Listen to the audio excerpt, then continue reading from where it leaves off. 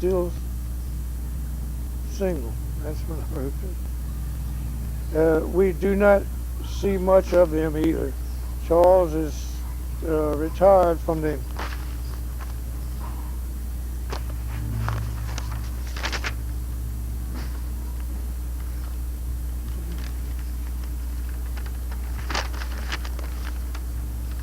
service, and I think he knows how to manage his affairs much better than Paige. I see him now and then, and Paige comes down now and then, and that is about it for the present.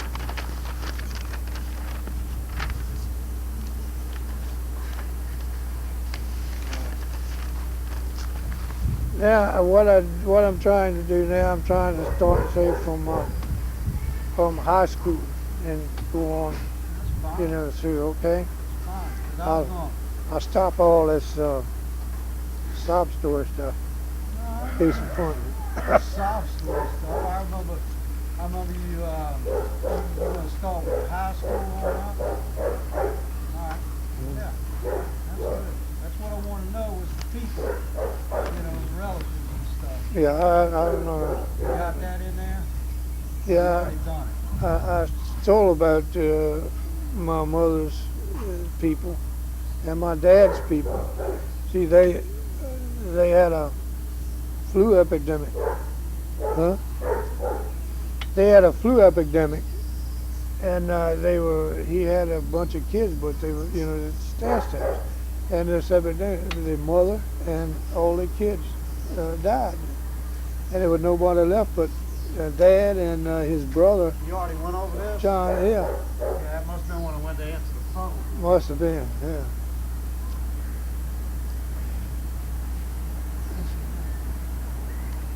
So, during my high school days, things were really tough, but we got by some way.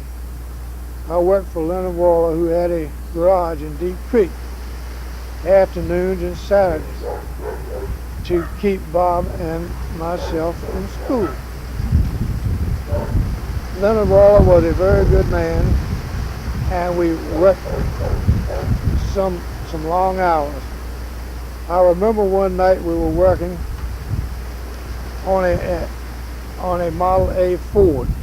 Leonard was under the car, and the car fell off the jack with him under it.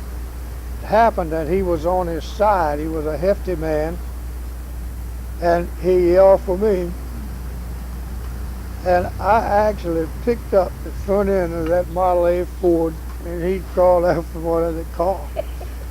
After we found out that there was nothing wrong with him, he laughed and said, "Ralph said, pick the car up again." I couldn't budge the thing, and then he goes over and tries to lift it, and he couldn't lift it. And he was a larger man than I was.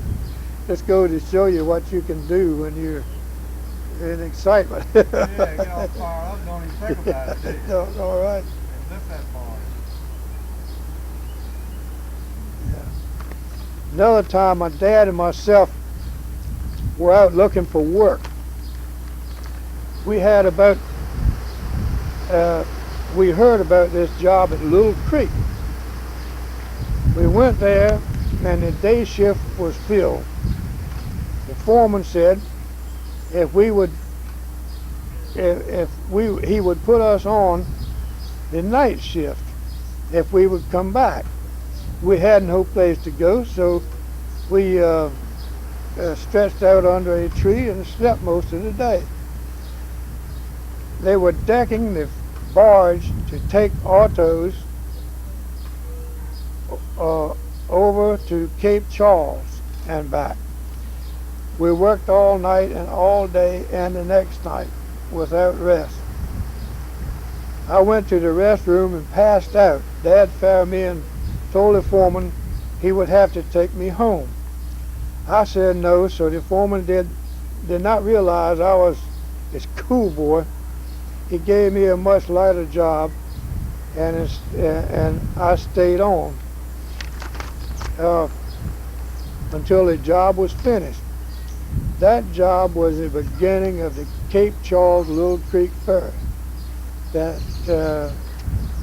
that ran until the bridge tunnel was completed. It is funny how things happen. I had been telling about my school days, so we'll end that up with a few more facts. There were 21 of us in our senior class in 1933. This is 8/28/85, and I am trying to get the members of our class together for a reunion on the 18th of October. There will be 10 of us there, I hope. 9 have passed away, and 1 has a stroke and is an invalid. I have heard from all of them but 2, but I am sure they will be at our little party. Incidentally, I was class president, if that means anything. Getting back to my first regular job, I worked with Klein for 4 years. We had no problems. I received increases in pay, promoted to manager of the service station department. My first car was a 1932 Chevrolet Cabriolet I bought for $175. It was my pride and joy. The girls liked it too. I sold it after a year at a good profit and bought a 1934 Chevrolet. About that time, Mr. Klein asked me if I had ever had a vacation. I said no. He gave me $50 and told me to line up someone to take my place and have a good trip and vacation. It was my first trip to New York. I had a ball. When I returned to work, I found out they did not need me any longer. I had a talk with Mr. Klein. He said this was something he had to do, and if he was wrong, he would let me know. I asked for a recommendation. He said, Ralph, you find a job and I will talk to whoever it is personally. Well, I was interviewed by the supervisor of the B.F. Goodrich Company. He asked about my reference. I asked him to call Mr. Klein. He did, and Mr. Klein came to see him in person. When he left, I was in the next office. He opened the door and said, Ralph, you have nothing to worry about. You have the job. I was with Goodrich for about 3 months in Baltimore. I came home one weekend and Mother said Mr. Klein was trying to locate me. I wasted another 2 weeks before looking him up because I thought it was money so that he loaned me to get to Baltimore on.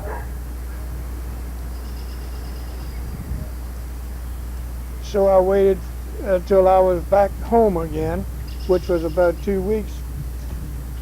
So I went over to see him, and he wanted me to come back to work with him in a better job and more money than I was making. But I told him I could not please him one time and was afraid to try again. I never knew why he let me go, but it made me feel better to know he wanted to hire me back with his company. What kind of money were you making?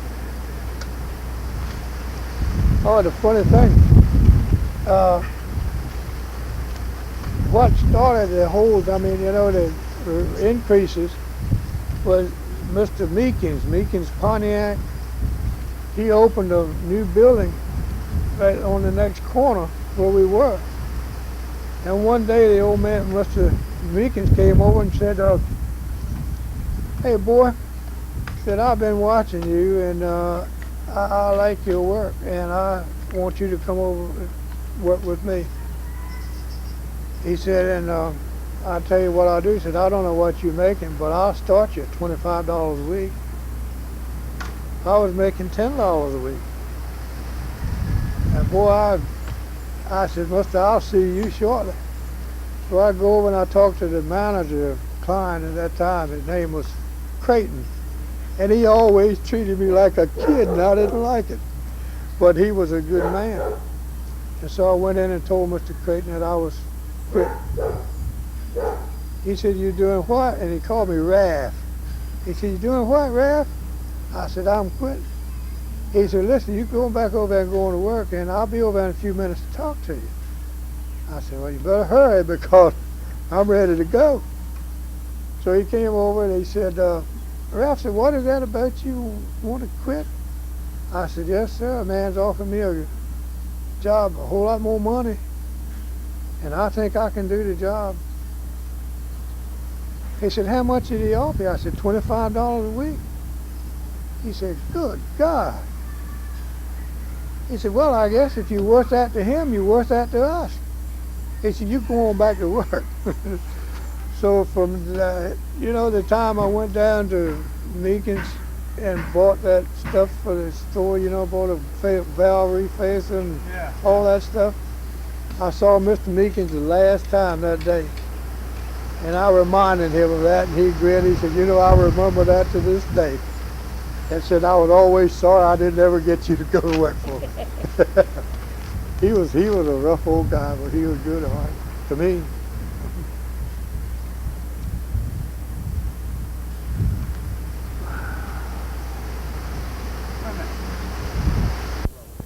I was with Goodrich, the B.F. Goodrich, as budget manager. Worked at Baltimore, Richmond, Norfolk, and Portsmouth. Eleanor and I were married. While there, I was getting a salary of $150 a month plus car allowance.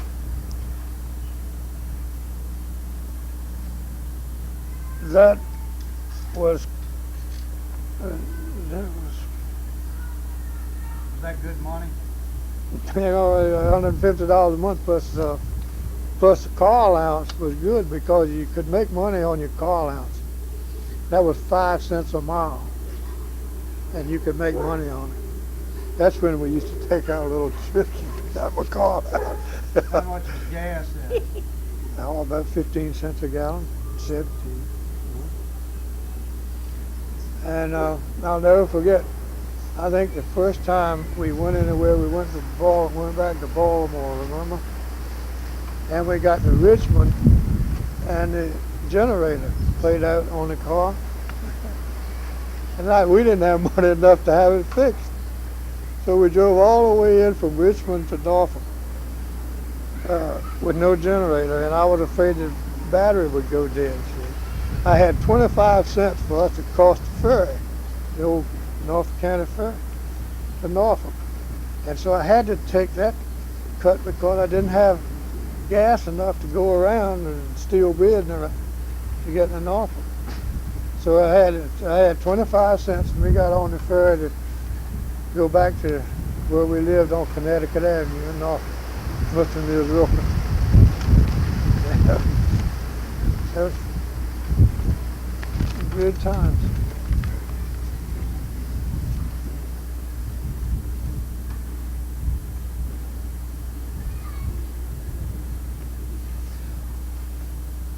Yeah, about this time when I was in the Portsmouth office, I was manager there, and it was just before the war and before the war started. And these budget departments that I operated, they were closing up. because people were making money and they didn't need, time payments as bad as they did before. And also, the tires were beginning to get hard to come by. It's still a Goodrich. Yeah. And so I had this offer, this position with the Beneficial Management Corporation. And of all things, when I was interviewed and so forth for the job or the position, and when I go to report for duty, who's the manager but Pearl Powell? And gosh, yeah, I'd never met the man before. He knew Eleanor and so forth, and I'll never forget. I don't believe I'd ever worn a hat in my life. And I come to work that day, I did have my suit and so forth, because I used that when I was in the budget department. I wore suits. But anyway, I go in and Pearl, at lunchtime, he says, Alfred, let's go to lunch. And so I said, well, I'm ready. And so he goes and opens the closet, the cloak closet, and he gets his hat. He said, where's your hat? I said, I don't own one. He said, well, suppose you go get one. And so I had to go out and buy a hat before we could go to lunch. But after that little deal, he and myself were really good friends and buddies. And he was he and we got along all right. And we did a lot of hunting and fishing. And we were, and Eleanor and his wife, Dolores, they were real good friends, and we lived across the street from each other at the time. Wait a minute. Wait, are you going to tell me more about Pearl, Daddy? Mm-hmm. Are you? You going to tell me about your hunting with him? Mm-hmm. Okay. Right. All right. Go ahead. Right. And one hunting trip, we were going up by Zunheim, and we took his father with us. And there was bad weather after we got there, and we couldn't do too much hunting. So this lady that we spent the night there at her home, and the next day it was raining, and we didn't have a thing to do. And so the lady asked us if we'd go out there, and it had so many pigeons, it was terrible. Asked us if we'd shoot some pigeons. So we did, and we had a bottle, and we took a few drinks, Mr. Powell and Pearl and myself. And so I'll never forget this. We packed up to go home. We're going to pack up to go home, and Mr. Powell said, you boys go ahead and look around. He said, I'll pack up and bring the suitcase and so forth. And so we jumped to that, So we come on home, and Mr. Powell, he was a real dry type of fellow, but he was a good joke. And so I come home, and Eleanor was waiting, and we were supposed to go out to dinner that evening. And she said, well, you go ahead and take a shower, and I'll empty this suitcase, And when she opened the suitcase, she yelled like heck. And I jumped out of the tub, running out to see what was the trouble. And Mr. Powell had put that empty whiskey bottle and a dead pigeon in my suitcase. And to the day the old man died, every time he saw me, he wanted to know how Eleanor and the pigeons were doing. Well, he could have put something in there worse. Yeah, he could have, yeah. He stayed on the straight and narrow. I think that's what I had written down here. But Pearl, that was a funny thing. Pearl had been in this deal before, see. So Dolores wanted to open his suitcase. He said, no, I'll take care of it myself. So he had the same damn thing in Pearl's place, see.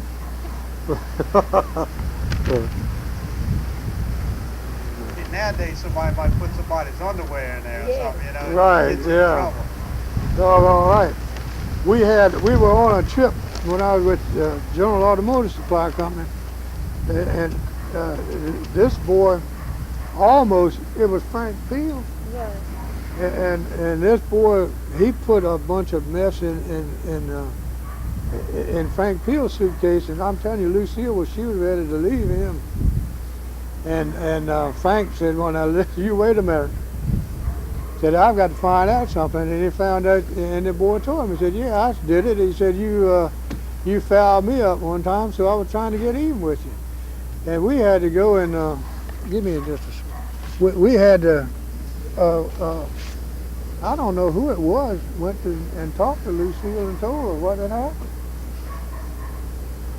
Your brother, me. No, I don't think so.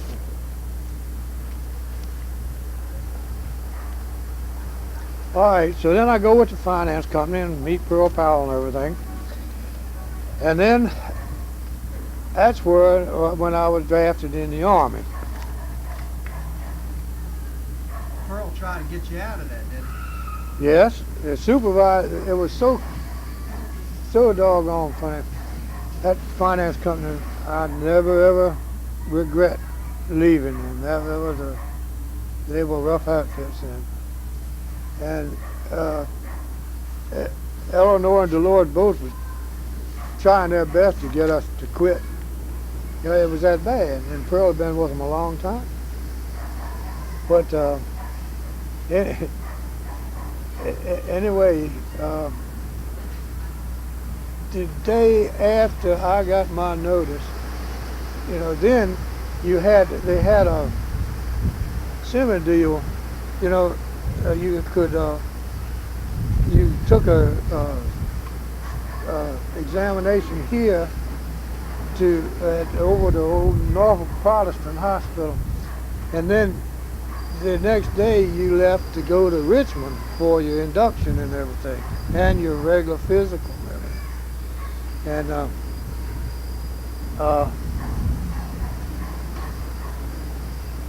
let's see, what the heck? What'd you ask me? Talking about the last, then the day after. Oh yeah, right. You got your induction. All right, here comes the supervisor. And the supervisor said, "Come on, Ralph," said, "let's go down to the draft board," said, "I'll get you a deferment, 6 months." I said, "No way, if I've got to go, I'm going." And he really got insulted because he thought I was, you know, I guess he maybe thought I was too good to work with him or something. But I told Eleanor, you know, I mean that was it, and I was going to go if I passed in Richmond, see, and so I did. And but it was so funny how he knew, you know, what the score was when I left Richmond. I guess they had connections everywhere. You know, I mean, there was no way to get around those guys. And it was, you were under pressure all the time, you know. And I don't know how in the world Pearl took it, because he had it worse than I did. Pearl said it. But You I have to quit, he quit, didn't he? Right, and he did. He quit right after I went to service, and went with Goodman Sigger Hogan. And he was, I don't know how long he stayed with them, but he was with Nussbaum when he died. But that was some deal.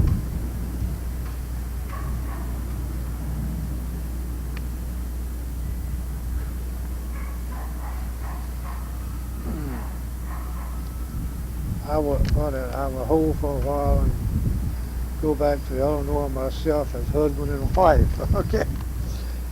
Said we had been going around in this crowd for quite some time. I would call her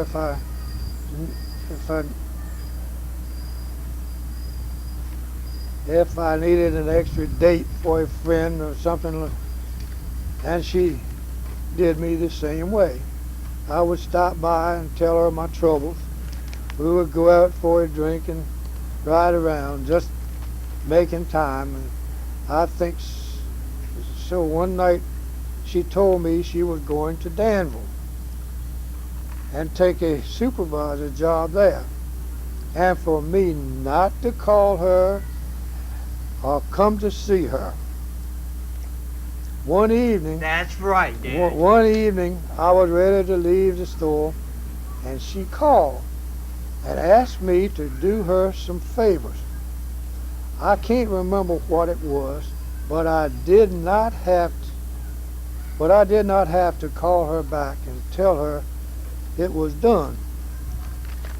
But I did call her. So the next weekend, I was in Danville, and we got deeper in all the time. We were married in Cortland, Virginia, April the 21st, 1940. We spent the night in the hotel in Suffolk, which is an apartment house now. The next morning, she took the bus and went back to Danville, and I went to Norfolk to work. I told this old friend about our marriage. He and his wife were getting old, and they asked us to please live with them until we could afford an apartment. We did, and they were wonderful people. Bert and Rosa Wilkerson. He died while I was in the service, and she died a few years later after I was home. You know, let me interrupt you, man. You know, the only thing I remember, and she died when? A lot later, right? Mhm. Somewhere. I mean, I could remember, right? Yeah, she had this old Plymouth. The only thing I remember is that old car, and you could look through the floorboard. It's probably where the gear shifter was or something. Yeah. But I remember you could see the road going by. Yeah, That right. used to scare me. Yeah, That's the only thing I remember. yeah. And I think I remember that she dressed like what you think Victorian people would dress Right. like, kind of Mhm. dark clothes. Right. Yeah, maybe she had a kind of draping hat all the time, or maybe not, but That's you know, true. kind of a dark kind Right. of clothes. I never told y'all that. I remember that. I might have told you about the floorboard. She was some lady, and Mr. Wilkerson, he was a regular old reprobate, but he was the best man you ever wanted to see in your life. I mean, he was a good friend. I'll never forget one time, Ms. Wilkerson had asked us for dinner, or lunch. But anyway, Mr. Wilkerson, every Sunday morning, he always had business out, see. And I knew what he was doing, you know. He always thought that he would hit it rich in a crap game, you know. He thought that until the day he died. And so here it comes noontime and no Mr. Wilkerson. So Ms. Wilkerson said, well, I said, do you have any idea where Bert is? I said, no, but I'll go look for him. So I had an idea. It was an old place out there on Little Creek Road he used to go to. And he told me about it. I never ever went there with him. But anyway, I go out there and I see the old Plymouth sitting there. And I go in, and he had gone in debt on the cuff in the crap game, and those guys wouldn't let him leave. And so I knocked on the door, and this fellow came to the door, and he said, what do you want? And I said, well, I was looking for Mr. Wilkerson, the man that owns this old Plymouth out there. And I started going in and said, you can't come in here. And Mr. Wilkerson heard me, and he comes to the door, you know, he said, you let that man in here. And so I found out what the problem was, and I said, well, what the heck you want me to do? I don't have that. I think it was $50. He was in debt. And I said, I have a check. I can give him a check. And they said, no, we don't want any check. I said, well, let him stay here then. I'll go get the money. And Bert said, you take that man's check, I guarantee you it's good. And so that Monday morning, he came up to the finance company and borrowed $50. And it made me take that $50 back because he lost it, you know, in the crap game. But anyway, we got back home and everything. We finally had dinner late that evening. But anyway, and he would start nipping, you know. Ms. Wilkerson, she would hide his bottle, you know. And he would want, he'd want one so bad, you know, and he would worry her. Now, Rosa, now come on now, you're my love and all that. Give me my bottle. And she'd get tired of listening. She'd let him have the bottle back. But I never ever heard of him getting in any more trouble. Did you? That was that one time. I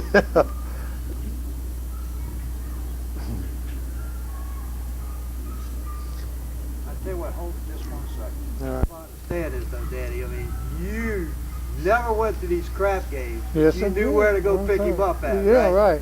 But I didn't ever go with him to a crap game. Okay. But you knew where to go get him. Yeah, right. He And told me that's where. kind of suspicious, doesn't it, Mama? Okay, I just want to see it. You want to clear that little fact up here now. All right.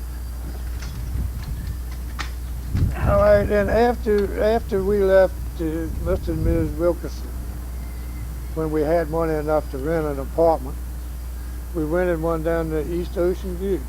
It was a new place. We were the first people in it. And then about that time, Bernie Taylor had a call to the Navy Yard. And he came over, and in a few days, here comes Marie. And they stayed with us for, I don't know, quite some time. And they finally get their place down by the beach. And so we stayed there until just before I went into service. And we moved back to Norfolk. And did that to be closer to work, and then Eleanor had gone back to work. Then so we had money for the apartment. Her salary as a RN at that time was $60 a month. How about that? I was with the finance company then and made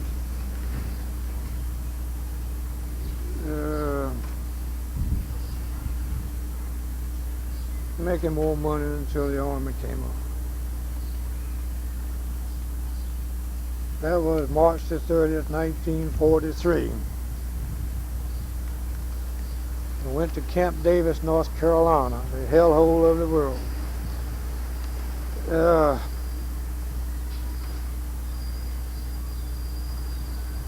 At least I thought so. I was so glad Eleanor was a nurse, because she had no problem getting employment, and we could be together most of the time. I know it was heck for her, but better for me. I met some wonderful men in the service, and we are still in contact with each other and have our reunion each other year. Our battery commander was John J. Ricketts, captain. He looked out for his men, but you thought he would feed you to the sharks or something. The basic training was worse than actual combat, only no one was shooting at you.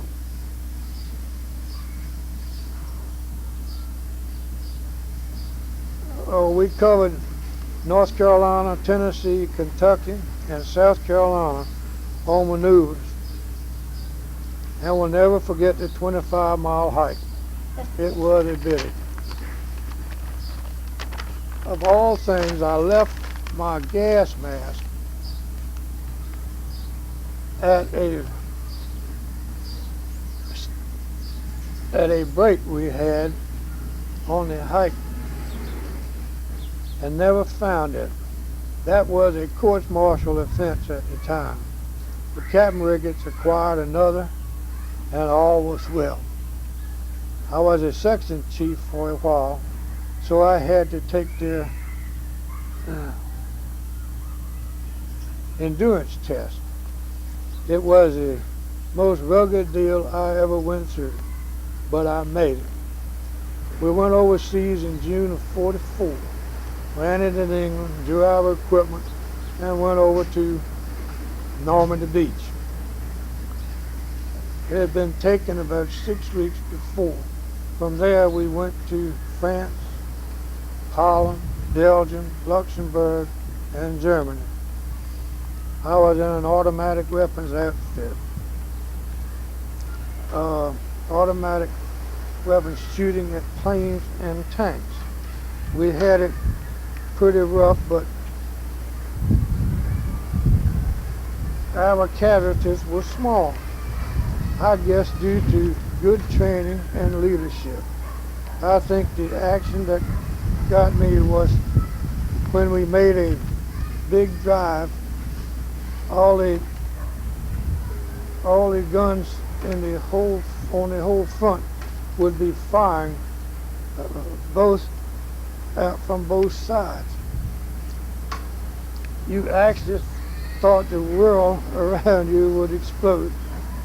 But getting strafed by planes was not too comfy either. What kept me going was my letters from Eleanor. She would tell me about our son, how he would kick to let us know he was there. I was in Europe before I knew Eleanor was pregnant. I asked for pictures of her each month, but she refused to send them while she was pregnant. After he was born, she sent me a wonderful picture of her and my son, Ralph Jr. The boys in my section called him Battling Furby because he had his fist up, in the picture, and that was the name they put on it. I think it was Weaver got in a crap game and won some money and sent it to Eleanor to buy a baby carriage for Skip, which she did. I carried the picture wrapped in a towel and kept it in my duffel bag. The first I heard about my son was in the Army Stars and Stripes. Eleanor had sent a cable, but that was delivered after Stars and Stripes came out. We bogged down on the Ruhr River in Germany, and there we sat until the supply lines could be altered so we could get the supplies we needed. Of all things, I was with my truck driver. We called him Russian, and we saw this truck from the 84th Infantry Division, which was the outfit my brother was in, Bob. It was getting late, so we followed this truck and we went to their supply depot. And I got out of the truck and I asked the driver, if I told him which company Bob was in. Well, he wasn't from that company, but he said, I'll take you to it when we get back. So it was getting late in the day, and you were not supposed to be out, like that, most particularly with a government vehicle at night, unless you were in convoy or something. So I sent the driver on back to my outfit, or my section. And this old boy took me to Bob's outfit, and Bob was he was up delivering chow.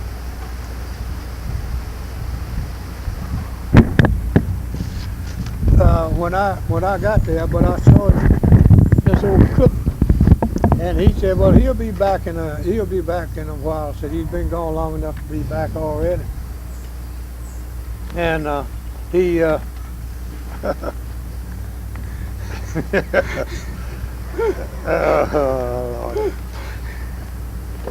But anyway, I met Bob for the first time then, and I spent the night there.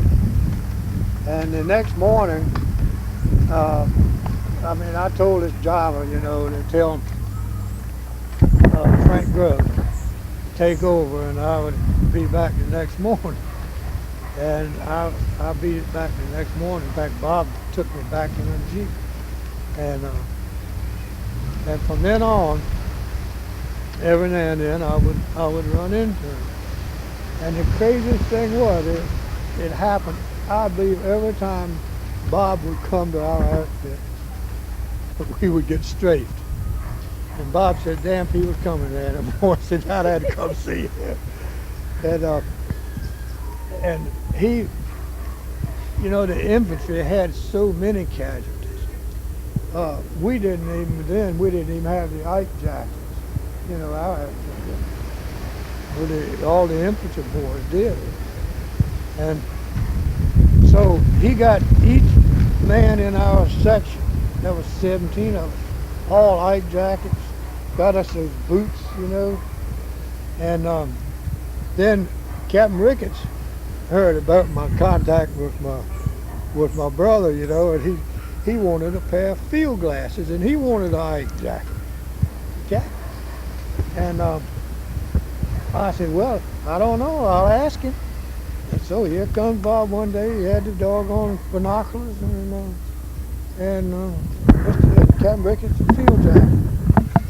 And from then on, every time he'd see me, he'd say, where's your brother? I tell him, but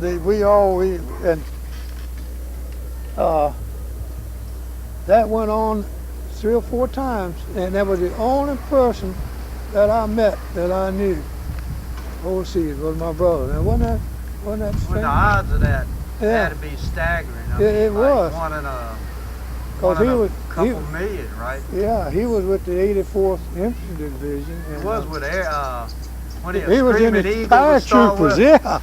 Yeah, he was in the 82nd Airborne. And he got washed out because he made a bad jump. And it sprained his legs, and they wouldn't, so they did him a favor, they put him in the infantry. I think if I'd have been in the paratroopers, I'd have sprained my rear end. Somebody had to put a foot on my rear end. Well, they did. Get out of there. Very funny.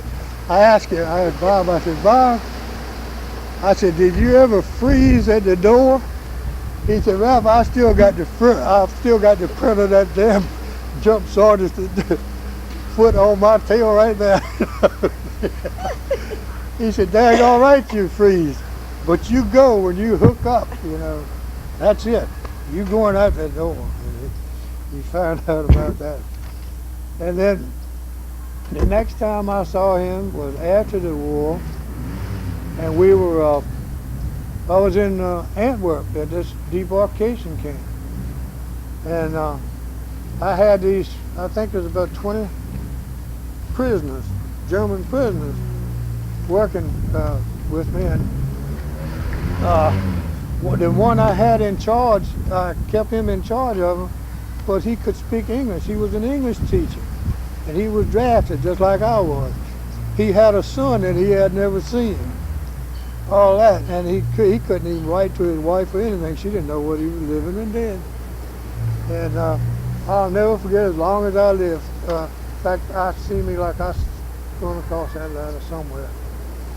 And that he wrote me when I got home. But anyway, I told him that I had a brother that was stationed in Heidelberg, Germany. That's where his outfit went.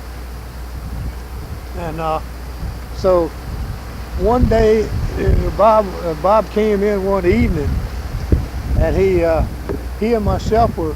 Next morning, we were walking over toward the kitchen, and he spotted us. This guy did, and he came over and he said, "Is this your brother?"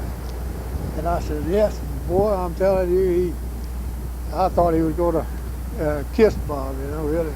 And so he asked me if he could get Bob to see if he could contact his wife and tell her, you know, he'd seen him and everything, and he was okay. And I said, well, why don't you go in my tent? We had built this Luke and Lucas Adams and myself. We had this it was a 10-man tent, but we were just two of us in it, you know. And I told him, I said, why don't you go in there and write your wife a letter, and I'll get Bob to give it to her. Well, that was a criminal offense to do something like that with a prisoner.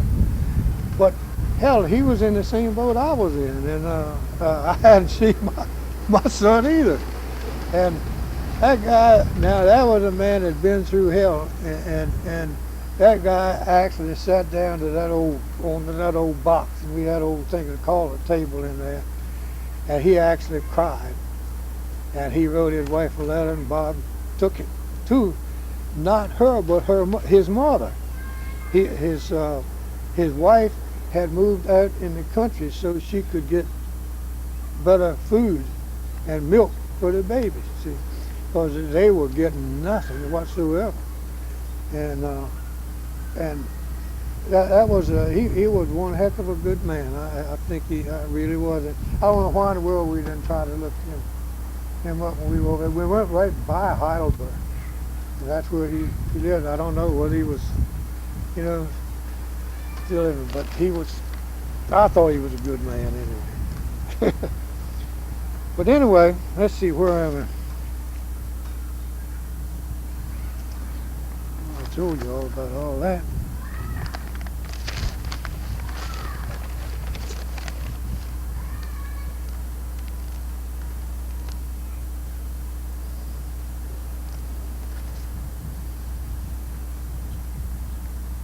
Skip, I learned a lot of things I didn't know about.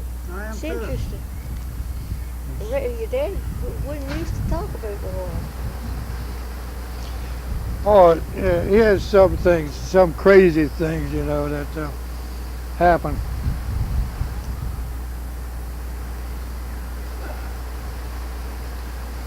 We had this air raid one day, and I had just taken my group off duty. We pulled the part of the night shift, and this was early in the morning, and we had just pulled the shift, and we had gone to we sacked in, and we had our sleeping bags in. We just gotten in, and so I always kept my mess kit under this old thing I had made a pillow out of, you know, in my sleeping bag, so it wouldn't get all dirty and messed up. And so this particular day, they scraped the holy heck out of us, and we knocked one down. But anyway, that after it was all over, I go back to I get in my sleeping bag, and I don't know why, but I felt the back of my head, you know, and I thought it was, you know, something I'd taken in with me, and it was my back of my head was bleeding, and what had happened, a doggone shell had gone through my sleeping bag, and right there, now that's where my I guess my head would have been if I had been in that doggone. You know, that was something that you don't very, you know, That's you don't talk about, you know, I don't guess. But and then another thing that happened. We had just crossed this little canal on pontoon bridge, and a part of the infantry got in, and they took us in to they sent us over there to give this combat engineer some protection from both sides of the canal. And it was raining and bad, and it was mud up to your knees. And we got in position, we got our guns set up and everything, and we got the Germans were good for this. They'd make a counterattack, and they were making this counterattack, and we were notified to get out quick. And by golly, the truck that I always rode in, we had to winch that out backwards on the winch from the other truck. We had two trucks to this section, and one truck had a winch on it, you know. And we pulled this truck backwards, you know, and we hooked the gun on it, and boy, we hauled tail for that pontoon bridge, and they were trying to knock that out, see. And we got over that bridge, and just about the time we got over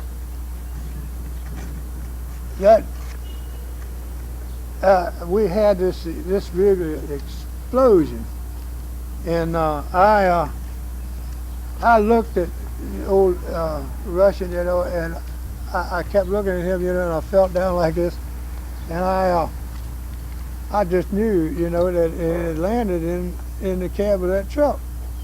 And what had happened when we were winching that thing out, the truck out of that mud and everything, all that mud had packed up in the exhaust system and filled that up, and that it had built up pressure, and it had blown that whole manifold and everything completely off that doggone truck. I mean, that was how crazy it was. You had a winch on the truck, right? Yeah. One second. All right, that's why you were wrong. Tell about the jet airplane. German Jet. Guy giving you hell about the strafing the thing, and then, you know, that was the first time you'd seen the German jets. Oh, I don't know whether I had this down in. Oh, that was up on the Ruhr River. I mean, that was just inside of Germany, and we were right up on the river there, and we were trying to give that was our main deal, is protecting the combat engineers, see, while they put in a bridge or whatever they had to do. And it was good in a way, because a lot of times we would stay there for a few days, see, after we'd already pushed on through, see. Yeah. And it gave you a good break. And this particular time,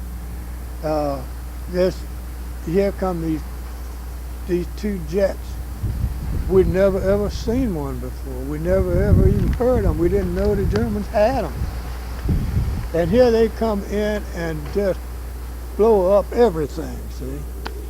And no one got off a shot. And here comes this colonel, our colonel, come down there, and boy, he was eating me out something terrible.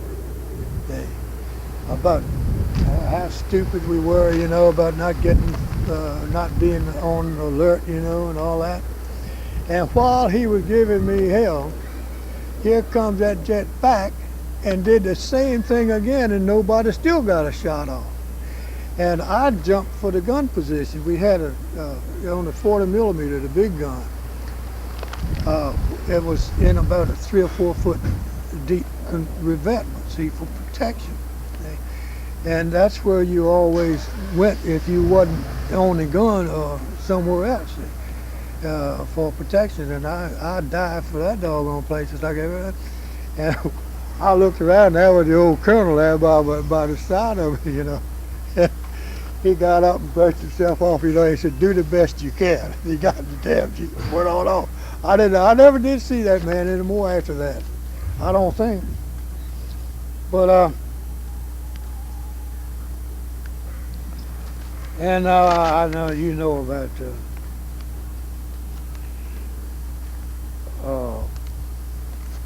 my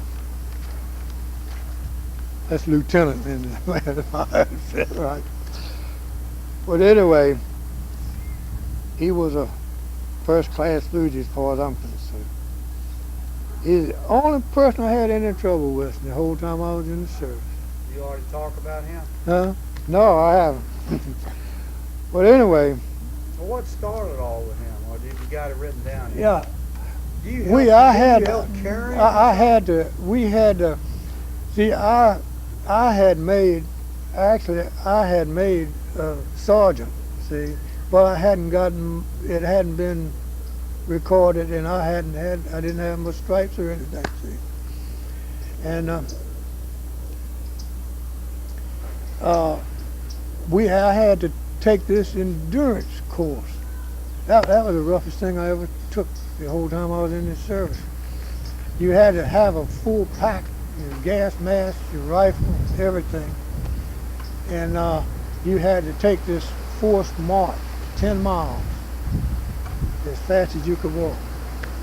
And then as soon as you finished, you just took your duffel bag, your pack off, and you laid your rifle down, and then you had to go through this obstacle course. And it was, you know, you were on your belly going through that. But it was shooting over you, you know. And then that, and you've seen in his pictures, you know, going over this wall. Oh, yeah. Had to go over that, and then you had to go through all those tires and all that stuff. And I forget how far you had to run then. And then it was one thing right after another until you finished the doggone thing. And then we had to march back that 10 miles, see? And this lieutenant, he was a young buck, and I saw him, he was holding his stomach like this, you know. He didn't have a pack. He had his carbine, and I forget what, oh yeah, he did have a little pack too, and so forth. And I saw him, and I went over, you know, I said, Lieutenant, you having problems? And what he had done, he had just fell face first right in this damn mud hole, see? And I got him up, you know. I said, "Are you all right?" And he didn't answer me. And I told Frank Grow, I said, "Frank, you take him, you take his pack and his rifle, and I'll get him along." So I put his arm over my shoulder, you know, and I carried him on into the damn camp, see. And do you know, from that day to the day that son of a bitch left, I mean, he always, somehow or another, he didn't like me for that. For some reason, I don't know why. Should have left his ass there. That's what I should have put his head on in that damn mud. Was what I should have done. And I would have if I'd have known it was coming. But anyway, I never ever made sergeant. And this captain we had was one of the best men you ever. He talked so rough, you know, it was right pitiful. And he said, he called me in, you know, and he wanted to know what happened. And I told him. I said, Captain Ricketts, if I've done anything or said anything, I said, I don't know what it is. And what it all started with, we were back in camp, you know, and we're having inspection. And I had one of the boys on this range setter we had that, you know, the gun in that range setter was in unison, you know, with keeping track of the planes and all that. And then I told Frank, I said, you take that, and I said, no, it wasn't Frank, it was another boy. I said, you take this, and I'll go over there with Frank on the gun, on the big gun. And here he comes over there, you don't want to know what I was doing. And I told him. He said, well, you go on back over there to your gun, the range section. Said, I'll take over. I said, all right. So he came to the range section, you know, and you had to zero that the range in, you know. If not, the job would creep on you, and your scopes would go down, and his range would cut off. See, of safety features. Well, he was screwing around with the range finder, and he left a rate in it, and the scopes went down, and the thing knocked off. So he told me, now go get the mechanic. And I said, Lieutenant, I think you have some rate in your range setter there. And I went over and set it, see, and turned the range on, and it worked. Told me, go to the office. And I went to the office, and Captain Ricketts said, what the hell are you doing up here? And I said, I don't know. I said, I imagine Lieutenant Stillwell will be here shortly. And he came in and told him that he got me for insubordination and all that damn stuff, you know. And so Ricketts listened to all this bullshit. You know, I was in another room. And finally, here comes Captain Ricketts, you know, and he said, Furby, he said, I've got to do something I don't want to do.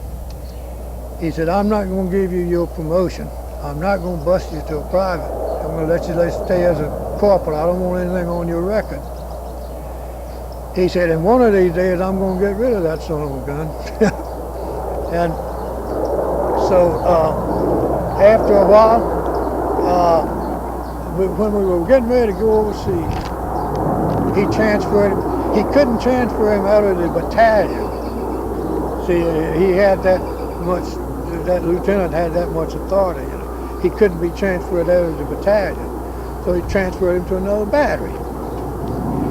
And the old man told me, you know, he said, you're acting sergeant, see, and you'll get your rating just as soon as, and then we started going overseas. See. He said, you carry right on, and just as soon as I can get your rating through, I will.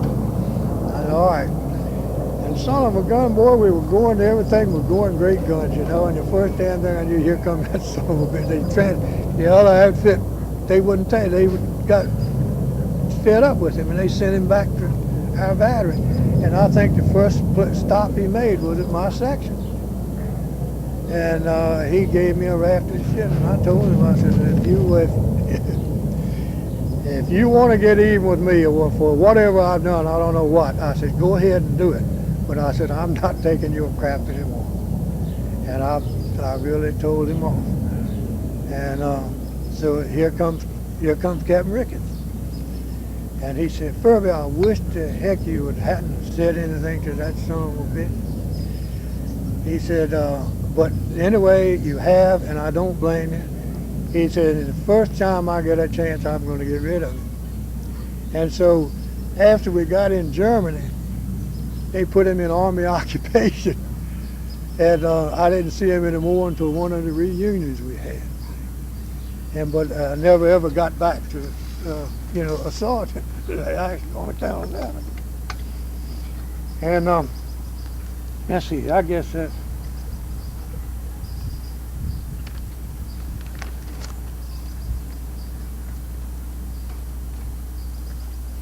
I told you about the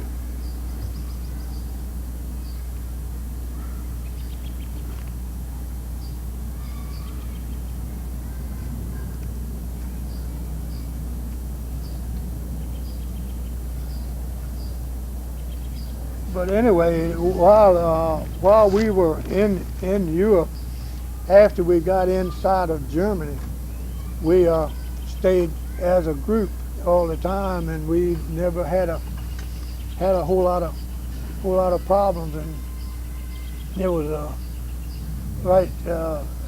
you had these doggone army rations to eat, and you were on the move all the time, and it was kind of rough sometimes. But anyway, over there, when we got in Europe, in Germany, you could do just about like you wanted. So every now and then we'd see a nice pig, some nice chickens, something like that, so we'd get a break in our rations and so forth. And all we had to do was look out for the chief cook, and he'd see that we got our food and have it, and it would be cooked, and we wouldn't have to bother with it. You know? Anyway, but I stayed with the same outfit the whole time I was in the service. After the war was over, we were in Klotzy, Germany. It's in East Germany. And now, I mean, since Russia. But anyway, we got ready to, after the ceasefire, we stayed in combat position because we stayed in it for 5 days in actual combat position because we didn't know what those Russians was going to do. And then after that, we were transferred back. See, when we left the States, we went directly to England. We drew our equipment in about 5 days, and we were in Europe at Normandy Beach.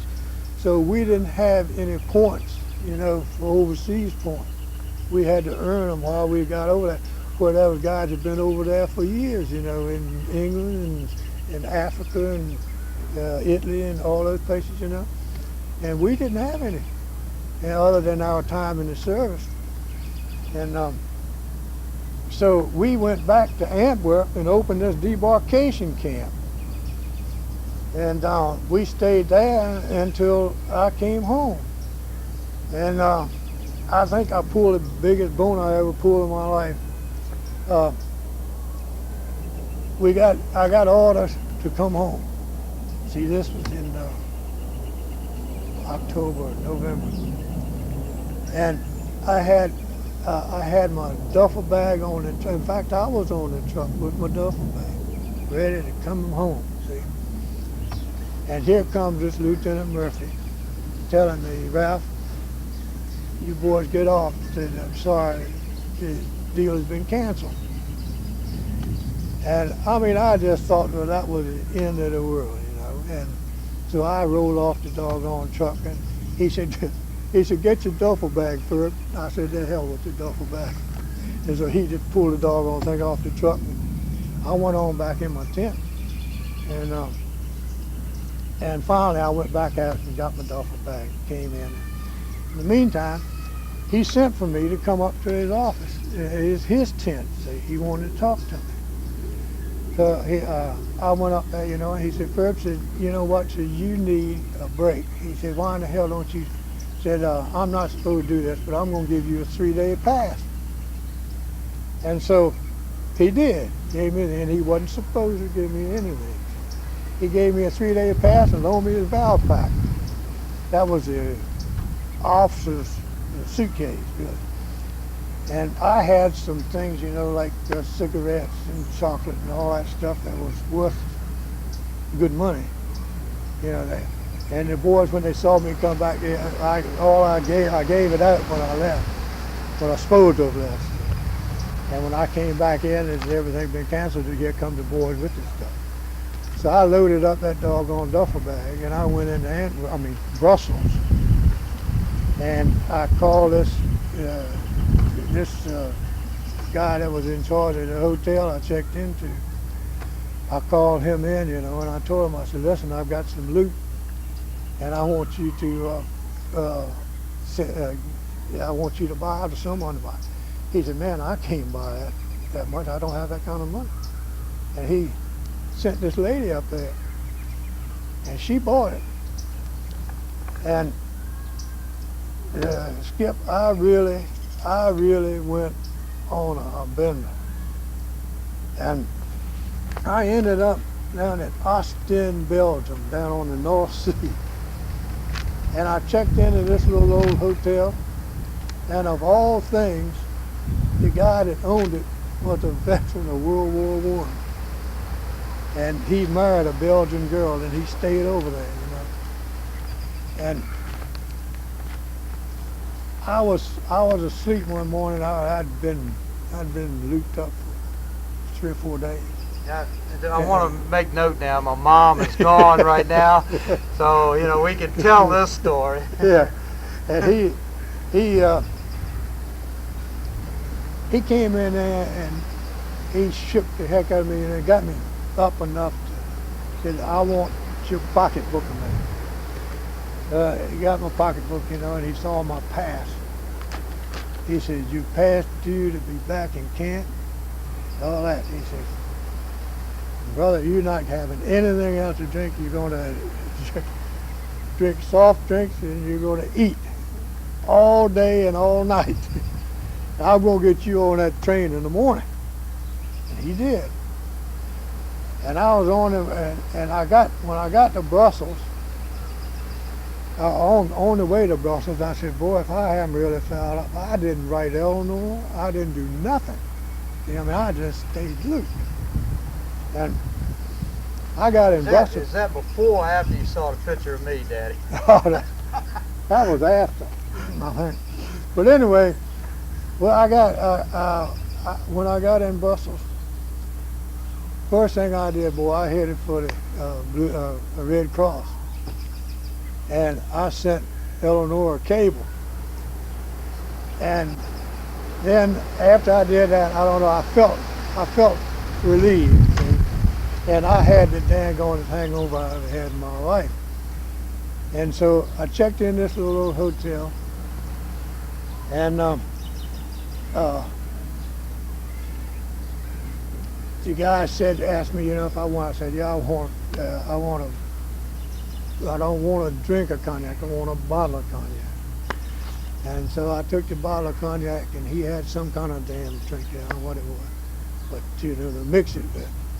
And I went on up to the room, and man, I got pretty well loaded, but I stayed enough that I knew that I was going back to camp the next morning. And I got on that little old train, and I got off in Antwerp. And we had a place at Antwerp, this little old pub, where a lot of our boys in my group, we'd all meet there. If we were down in Antwerp or something like that, we'd all meet there, and we always had a truck to go back to camp. Well, I got there at that little old place, and here was this lieutenant's Jeep driver, Murphy's Jeep driver there, this guy Arbor Strong, you know. He said, Furby, where in the hell have you been? He said, you know, Lieutenant Murphy's been sober for 3 days. And he said, come on, said, get your tail in here, you know. I got in the Jeep, you know, we went back to camp, and old Murphy, well, he was walking the floor. Oh, Furby, where in the heck have you been? Why didn't you let me know something? And I said, what the heck? I told him what I'd done. I told him exactly what I'd done. I said, and as soon as this guy found out that I was, you know, due to camp, he got me right to come back. And here I am. And he told me, he said, man, I know one thing. He said, you really fouled me up. I said, I haven't had a drink all day. You know? Anyway, then I got myself together, and I stayed on the straight and narrow until I got home. And that was the end of my, and I got to, and I had some real good souvenirs. I had a little, I think they call it a 32 pistol that I got off this pilot we knocked down. And I had a silver dagger that I got off of somebody. And I had all that in this duffel bag. Plus, I don't know how many different things I had there. And do you know, when I got off that train, we'd come from New Jersey into Fort Meade, see? And we got there at night. And I had been asleep, naturally, just like all the rest of the guys had. And I got off that train and left my duffel bag under the seat of that train with all that stuff in it. And anyway, so I got here, and I had called Eleanor as soon as I got to New Jersey. And she came in to Baltimore, and she met me. She was in Baltimore. And I got to this hotel, and she had, they didn't have a room, and they had sent her to another hotel. And so anyway, we finally got together, and we went out to dinner, and I had to go back to camp the next day to get my discharge. Okay? And then I came back in, and that evening we got on and had a boat steamship. It run from Baltimore to Norfolk, and it carried freight and passengers. And we took the boat into Norfolk, and we came on in home at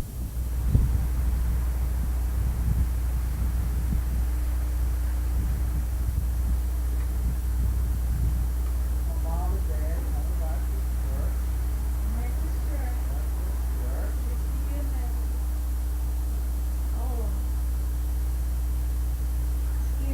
Hello. Hi, Hope Bob. you had a nice 43rd birthday. I sure did.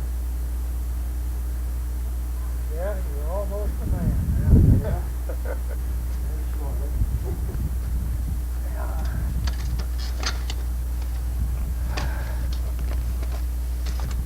Beautiful day. I reckon it's about 70 degrees, isn't it? Oh, about 60. 65. Wrong again, huh? All right, it's about 60. Beautiful.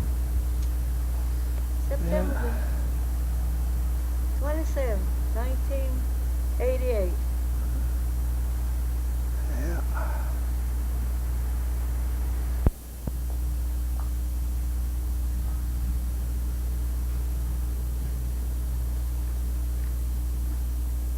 I believe I stated that I had returned from the Army on December the 8th, 1945. And I took off for 30 days and made love to my wife and boy.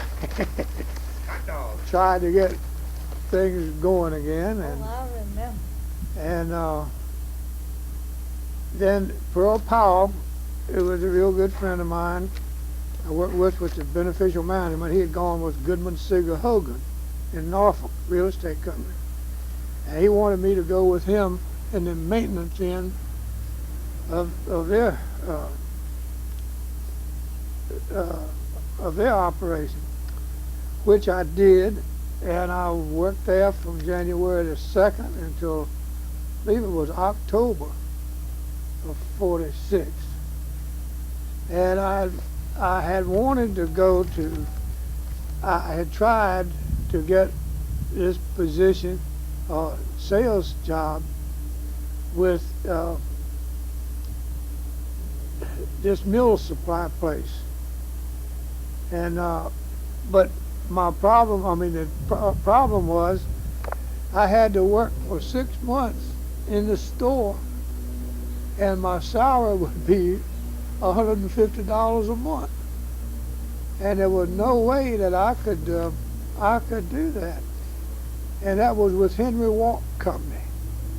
Cy Perkins, I'll never forget that man.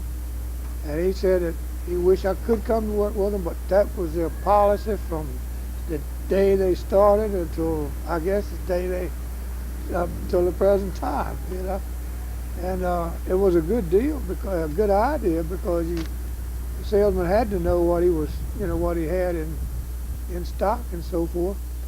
But anyway, this General Automotive Supply, this Mr. Butt had opened this place, but he had not been able to get enough material, enough supplies in to warrant another salesman. So in October, he called me and said he was ready for me. And so I gave Pearl notice, and I went with them. I think seemed to me like it was about the middle or latter part of October. And I worked there with them until 1955. And it was real nice setup at first. Everyone was working together, and we were doing a good job, and I was making some good money. Even my wife didn't have to work all the time there. And I wanted her as much as she could, to stay home, because I felt like my son needed his mother with him if I couldn't stay, so that worked out real good. But anyway, I saw things kind of falling apart with that group, and the sales manager had left, and three or four of the salesmen had left and things. And so I finally just came in and just asked Mr. Buttwright point blank, what the score was, because this Mr. Walker, our sales manager, he had gone in business for himself, and he tried his best to get me to go with him in '53. And I was afraid to take a chance. And I'll never forget one evening I came in and Eleanor told me, she said, "Ralph said, Ms. Walker has invited us down for dinner this evening." And I told her, I said, "Honey," when we were going over, I told her, I said, "This is no social deal, I don't think." And by golly, they were ready for us.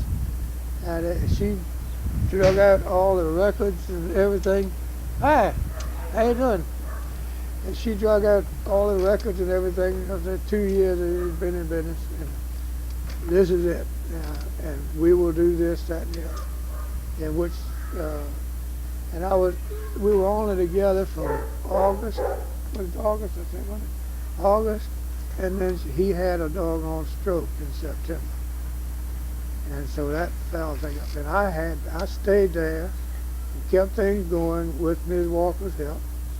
And I stayed there until the following April. And I came over and saw Dave Weston had an old building out on Military Highway. And I rented that and moved everything we had. We were at Ocean View then. Moved everything from there over here on Military Highway in Baltimore.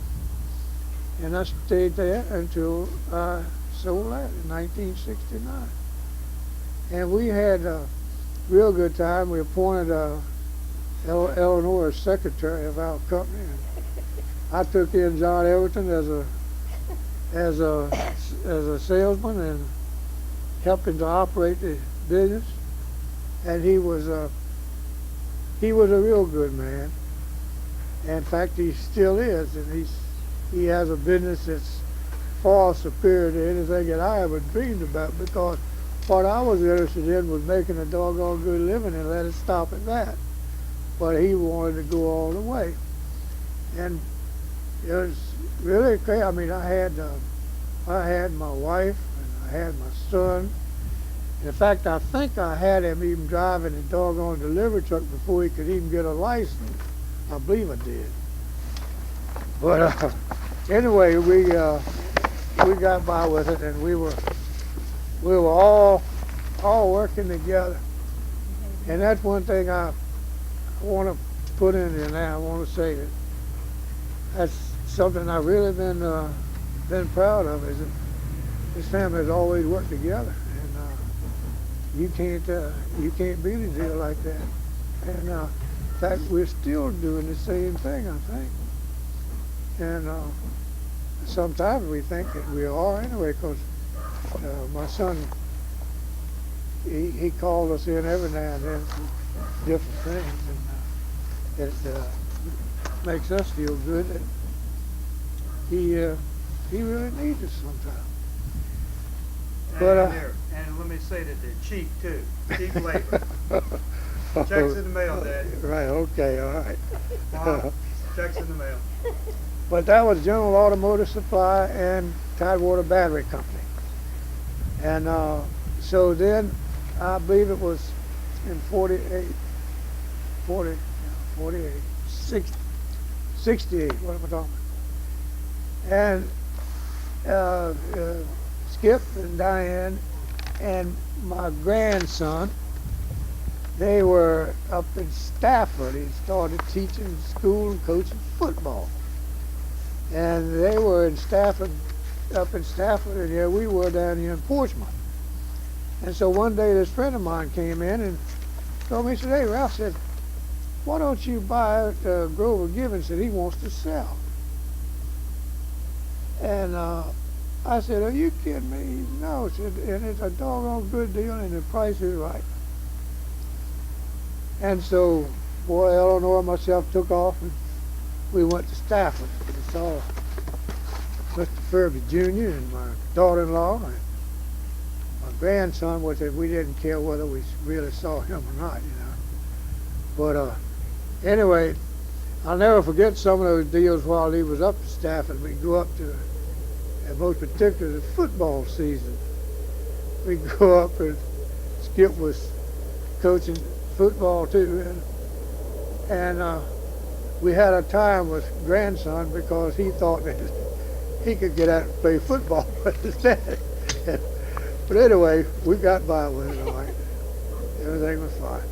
But I've come to find out that Skip wasn't really sold on that teaching and so forth at the time, because I understand that discipline was terrible, and I didn't see any reason for him he and his wife and my grandson to be up there when there was a living here to be made. So they agreed with it, and so I bought the doggone deal out, and we, between the two of us, we finished paying for the doggone thing.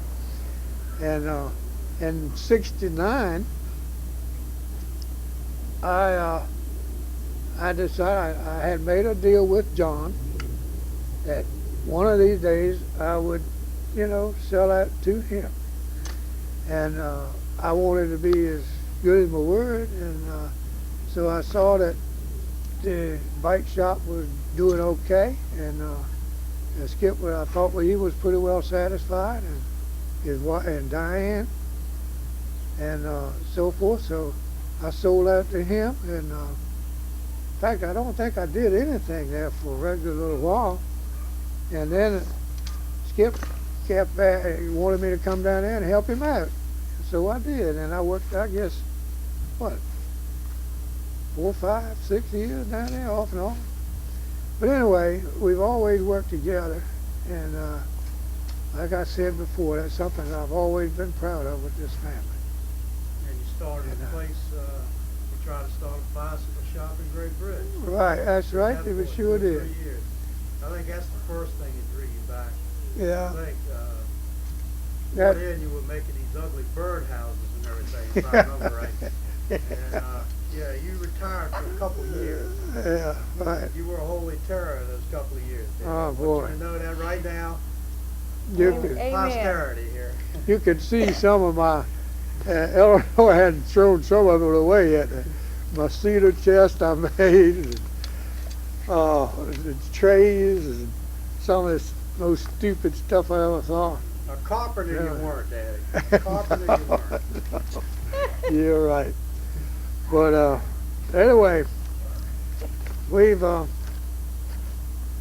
frankly, I think we've done pretty good, and I think Skip and Diane, the family, I mean, they're doing. He's got his daughters, Dawn and Tracy, and Skip, his wife. The whole family is there, and everybody seems to be happy, and that's the main thing. And some of the things I wanted to mention. I wanted to mention about Knott's Island. We bought this.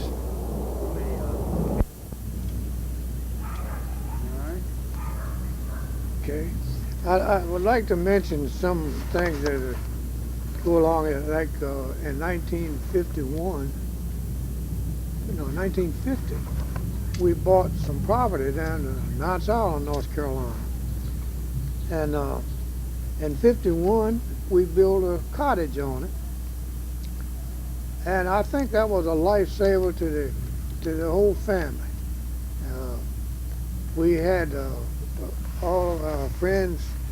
They enjoyed being there, and I was in business then for myself, and it was a good place to take my customers, and also the men that represented different manufacturing companies and so forth. And it worked in real good. And Eleanor and Skip, they liked the place so much. They stayed there. They would stay down all summer. Each summer, and Skip learned to ski, and he learned how to operate a boat. little bit of everything else down there, and Eleanor was the one that did most of the fishing. And that was quite a deal. But, Let me ask you a question, Dad. The way I got the name Skip, you started calling me Skipper because I was driving the boat. Is yeah, that it? right, Okay. right. They called Yeah. you Butch before. Yeah, everyone, I don't know where that. I think we nicknamed that deal started. Didn't we start it when you was pregnant? I think called him Butch. But I didn't ever like that name. You had Cedars and Boy Scouts down there. Yeah, and we had I had the women's club. we had the oh gosh, I don't know, like I had to belong to this branch of the Masonic order, the Tall Cedars, and had the entire group down there for a weekend, and their wives and husbands and the children and everyone, and God knows where we ever put everyone, like, but we Slept always all found a over the way. floor. Yeah. Some people slept outside. Yeah. Joe Watson slept on a mat out there in the middle of the cove, if I remember right, the half right. I want to tell you. Margaret said, leave him out there. Started writing and everything. I remember that. I wanted to tell you something about that friend of mine, Joe Watson. I believe he was the best friend I ever had. And he loved it down there, but Margaret, naturally, she had a couple of small boys, and she was, I think, afraid of water, and we had a little problem with her. But I'll never forget one night, I got George over in Knott's Island to take you and Joe and little Joe and myself night fishing with a net. Do you remember that? Oh, yeah. All right, so George took his dog along with him. And we were up near one of those islands out in the bay there, and the dang on dog jumped out of the boat and got on an arm. And the mosquitoes were about to eat us up. We wasn't catching any fish, and we didn't have a bottle with us or nothing. And so that dog couldn't get him, and I think his name was Doggy Dog. I think that's what he called him. And Joe was about to have a conniption. He was ready to go home, you know. And so we saw this bushes, you know, on the island, and Joe jumped from that boat and jumped right on top of that damn dog.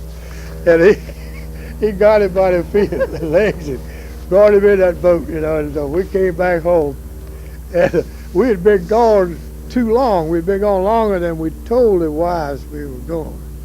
And they were a little bit uneasy. I don't think Eleanor was, but Margaret was. And so we got back home, and I don't know what happened, but we didn't have a damn thing to drink, and had to suffer all those mosquito bites and everything. Cold sober. But anyway, and then I believe it was the same weekend we went somewhere and got refueled. But anyway, up drives this factory salesman, Bill Rothhausen, his wife and baby, and her sister and her boyfriend. And it was just about noontime. And Eleanor, she like that. One time she almost went off the deep. She didn't know it was too much, you know. She didn't know how to cope with it. And so Joe said, Ralph, go in there and tell Eleanor to get the hell out of that kitchen. You and myself will take over. Good deal. So we had some refreshments. I told Eleanor, you go out there and entertain. We'll take care of the food. And we had, Joe brought a pound of crab meat. I'll never forget this. As long as I live, and we were no place to get anything to cook, you know, anything. But when we finished up, we had made about 2.5 pounds of crab meat. You know, we added bread and breadcrumbs and potatoes and onions and you name it. We had it in those crab cakes. But those things turned out real good, and everybody ate every daggone thing we had. But everyone was satisfied, and we fed the whole group. And just crazy things like that happened all the time. And Eleanor had the game warden over there. She couldn't take the fish off the hook that she caught, so she would yell, and he'd come over and take the damn fish off. She never ever had a fishing license until one day the real game warden got her, and she had to go down and get a fishing license. But anyway, we had some good times over there. License later on too. Oh yeah, You a know, driver's the license. thing I remember about what was his name, George? Yeah. Is that I know you were right. We spent about an hour or two looking for that damn You dog. sure did. And being eaten up and everything. And Joe said, "Look, man, ain't no dog worth all this." The guy said, "Hell, I can't go home without that dog. My mama will kick my ass." Yeah, that's right. So Joe, that's when Joe hopped into the whole search for the dog. He said, "Well, if that's the only way we're gonna get home, we're all gonna start looking for that dog." You know, another time I'll never forget. You were playing football at Randolph-Macon, and you boys were playing at Greensboro, North Carolina, that weekend. And so I asked Joe if he didn't want to go with me. Yep. So I asked him if he wanted to go and watch you play football. Doggone right, because he loves football. And just he and myself, we took off. We were driving along, just shooting the breeze, and finally, Joe said, "Ralph," said, "when are we going to get to Ashland?" I said, "Joe, we're not going to Ashland, we're going to Greensboro." He said, "For God's sake." He said, I told Margaret we were in Ashland. He said, "Pull over somewhere and let me call her." So I pulled off, and he called Margaret, told her where we were. But anyway, there's so many things that I can remember that we had a heck of a good time with. And I'll never forget when he had his first heart attack. He called me in and he told me, so Ralph said, I don't think I'm going to make it. He said, "And what I want you to do, I want you to promise me that you'll look out for my family and see that they, what about his insurance and his retirement and all that stuff, I said, "Joe, I'll be happy to do it." I said, "But you're too damn ornery to die yet." See, I said, "I think you're going to make it all right." And so by golly, it wasn't too long after that I had my first heart attack. And that rascal took off a day from work. He came over and told me, he said, "Ralph," said, "I started thinking this thing over, and I think you need me today. And I came over here to get things straightened out with you." And he told me, he said, "Don't you worry about it, because you're as ornery as I am, and I know you'll make it." He said, "But in case something does happen, don't you worry about Skip and Eleanor. I'll take care of the situation." I said, "Joe, I know you will." I mean, that was the things that, you don't talk to many people about things like that. But I had to talk to that character. Now, Joey's your best friend. That's right. And then I'll never forget, he had this cancer deal. And he'd been in the hospital for a right good while, and they took him home, and Margaret called me one day and said, "Ralph," said, "Joe is getting too much for me at home." He said, "I think it's time for him to go to the hospital." So I told her, I said, "Well, you call the hospital, and I'll come over and pick him up and I'll take him to the hospital." Okay, well, you and your mother, you all just said, well, I wasn't up to it, and you all would do it. So you and your mother takes him to the hospital for the last time. And it's crazy that I never forget. It's something I don't guess maybe you should remember, but the last time I saw him, I went in the room, and he didn't know me from $1 a week, and he looked at me, and I said, "Look at that little bird in the window." I said, "Isn't he cute?" And there wasn't any bird in the window, but he was such a clean living guy, you know. I mean, and he uh, he took a beating, I think, all around, but he lived up to it, Well, and he he was so didn't. much fun, too. Yeah, and he never. I mean, he was always had something going.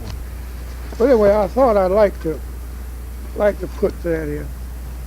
Well, let me put one thing in too. All right. Second time that, I don't know if Mom will agree with me or not, but the second time in our life when we didn't particularly enjoy you, Daddy, was after Joe died.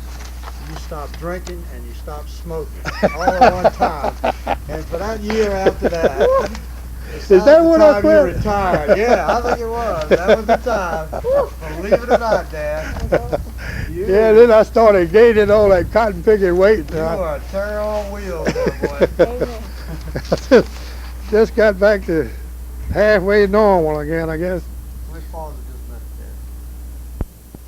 Dad. I wanted to mention one more thing about Joe. Joe always wanted to go to Notre Dame to a football game, and the year before he passed away, he got that go, and he didn't know whether this man that he knew was going, and he promised to go with him. And then he said, well, and he was telling me about it. I said, well, why didn't you tell me? I'd be glad to go. And then I said, forget it, you'll have a good time. I'll see you when you come back. But anyway, he did get to see Notre Dame play football at Notre Dame. Then I told about my job with Tidewater, with General Automotive Supply and Tidewater Battery, and they were really some nice. That was a good living, and all of us worked together, and I don't think we had too many problems. And as time went on, my son was showing us and everyone else that he was a man that could take care of himself and his family, and he's done, I think, a wonderful job. And I think his wife thinks that. And as far as his wife is concerned, I don't believe that I could have a daughter that I thought any more of than I do her. And we fuss with each other every day and then and so forth, but I don't think either one of us mean it. Anyway, we do. And oh gosh, I can't even.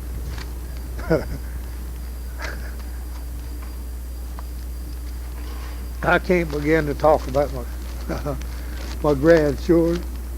I think so much of them, and they think so much of me, I think. And you too. And I don't know. It's Well, just I planned great it to that think way. that I planned it so they think a lot of me. that they also. My years as an auto parts salesman was the greatest time of my life. Each day was different. Most of my accounts were good people, and they knew they could depend on me, and I also felt the same about them. Each customer was different. I would fish with one, hunt with another, and get boozed up with another.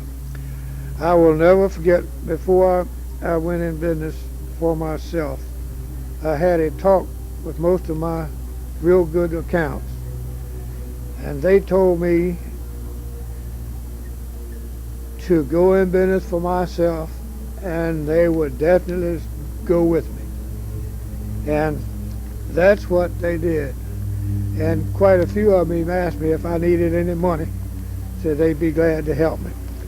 But thank goodness I didn't go that route. And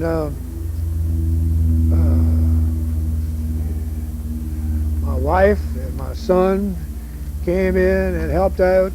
John Everton, like I said, was my partner, and he also took a chance of coming for nothing. And it was just a real nice deal from Tidewater Battery right on until my retirement. And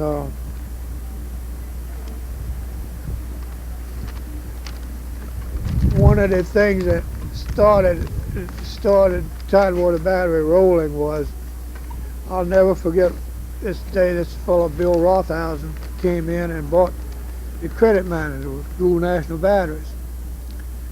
And Bill Rothhausen, you met Bill, didn't you? Bill that guy really knew business. And he told me, he said, Ralph said, you know what? Said, you are just treading water. Said, you're not in the battery business. You're not in any business. Said, you're just coasting. He said, we want you to get in the battery business. And he said, and this credit manager here said, he's already told me that he's stupid enough to go along with you as far as finances is concerned. Said, all we want you to do is get the batteries. He said, and I'll come in and I'll bring my man with me. He said, I'll work with you and he'll work with John. And I guarantee you that we will get you in the battery business. And well, the first thing I asked, well, what is it? What will it take money-wise? He said, well, it'll take a trailer load of batteries to start with. And I said, well, what are we talking about? He said, between $15,000 and $18,000. Well, to me, that was just like saying someone about $150,000 now. And gosh, I agreed on the doggone thing, and I came home and I told Eleanor what I had obligated to do, and she said, well, I think it's all right. I don't see anything wrong with that. I don't believe I could sleep for a week. But anyway, and they gave me what they call 1/3 terms. In other words, I'd pay a third of the balance that I owed them and get my discount. And each month I would cut that down some. And first thing I knew, I had that off, and we were debt free. And that was one of the highlights of my life when we paid that thing off. And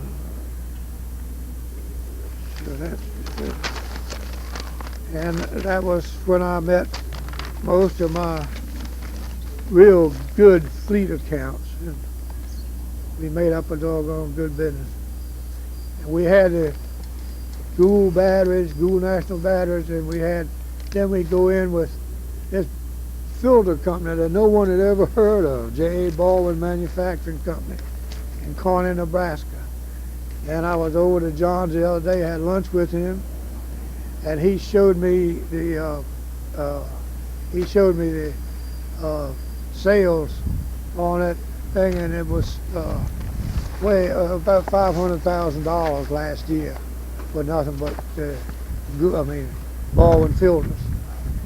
And the batteries has gone way up, and all the whole lines we had, I think he still has most of them, and they're doing a beautiful job.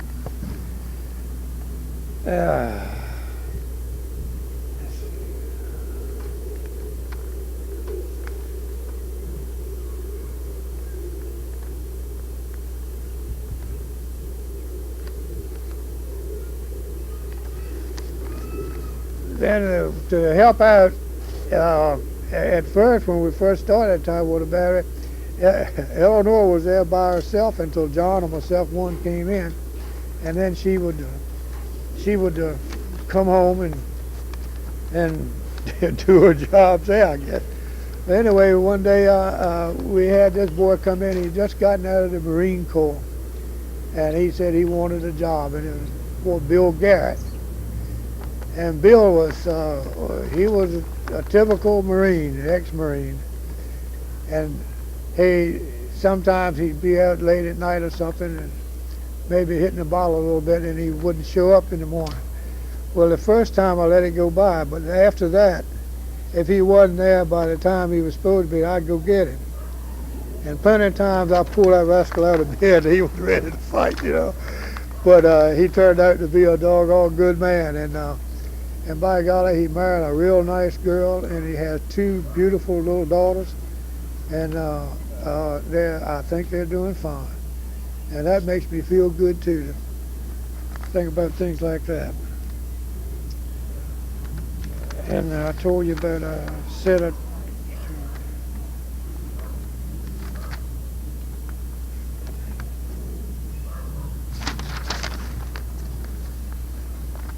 and I told about you in college and so forth. Wait a minute, I haven't finished. I know, but we'll make a pause.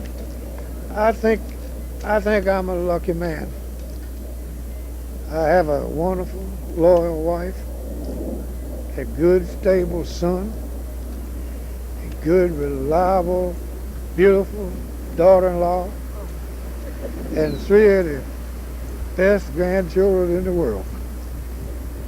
And Dawn is our basketball player, and Tracy is our softball player, and Skip is our junior mechanic. And everyone is working together, and everything seems to be real nice.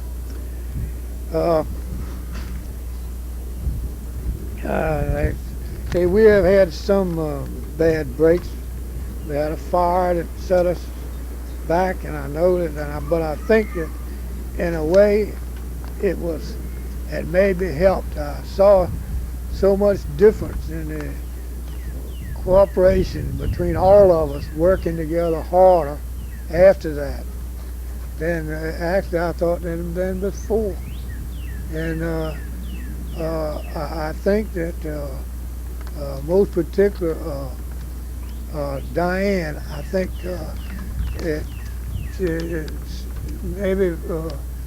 it made her more enthused about getting in and doing a job. And of course, before then, she didn't have time to it. She had she had the kids, and she had her hands full with that. But anyway, we're all pulling together, and everything looks in good shape. And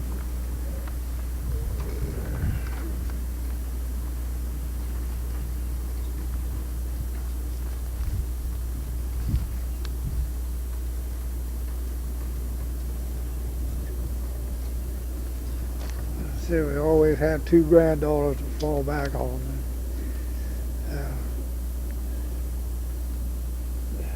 Basketball players, all right.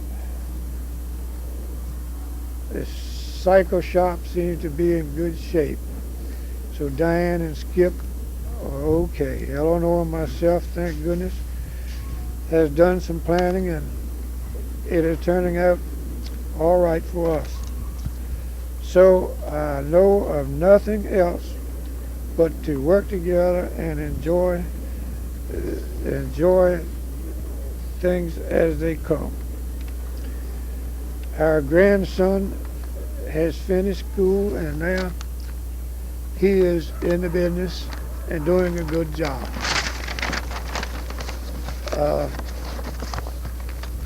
That rascal is 22 years old, and he's still waltzing around socially, and I think it looks to me it ought to be about time for him to kind of settle down a little bit, but more power to him. I'd do the same thing.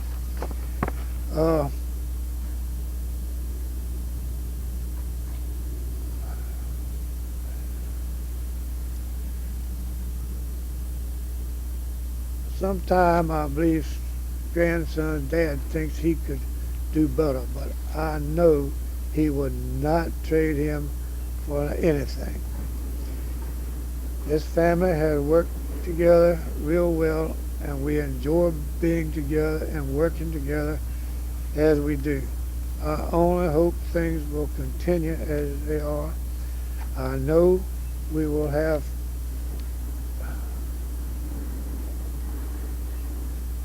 something good.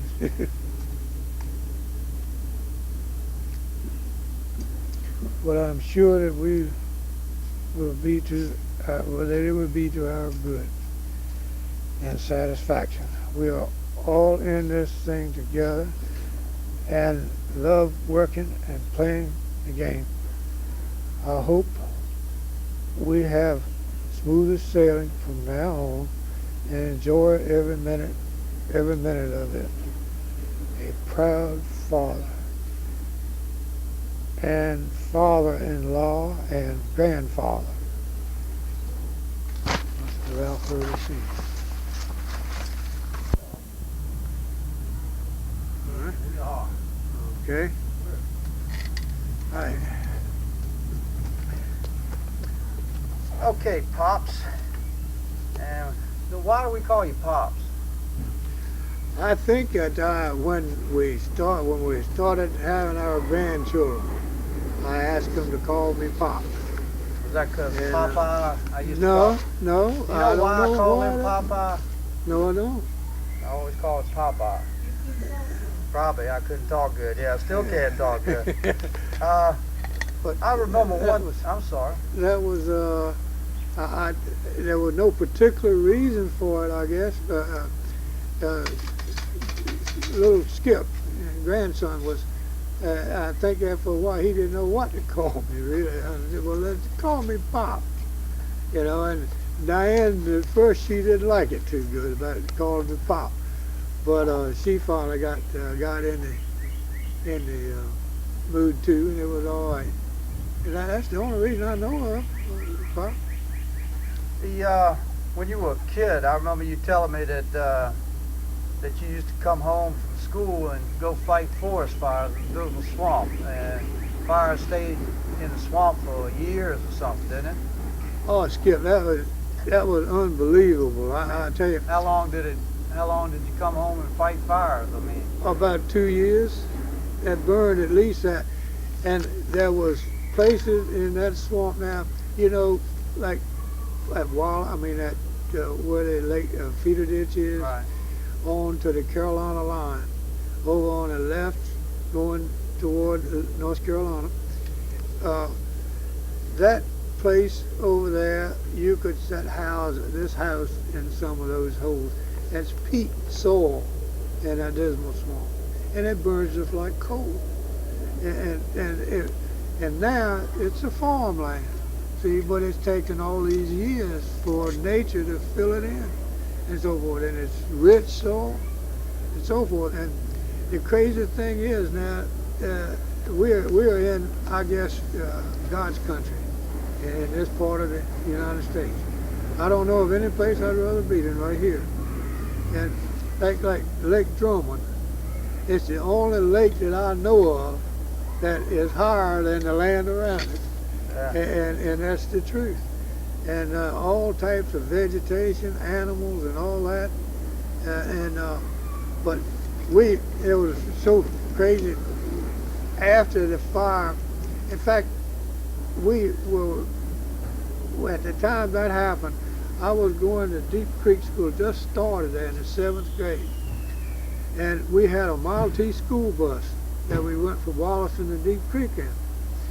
And the smoke would be so bad that they would get one or two of us to walk in front of the bus until we got out of the smoke. It was that bad.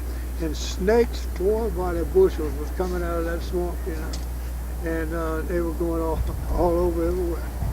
And to tell you what happened, one time we were living over there by that Lake Drum, by the feeder ditch, over on the other side of the Dismal Swamp Canal.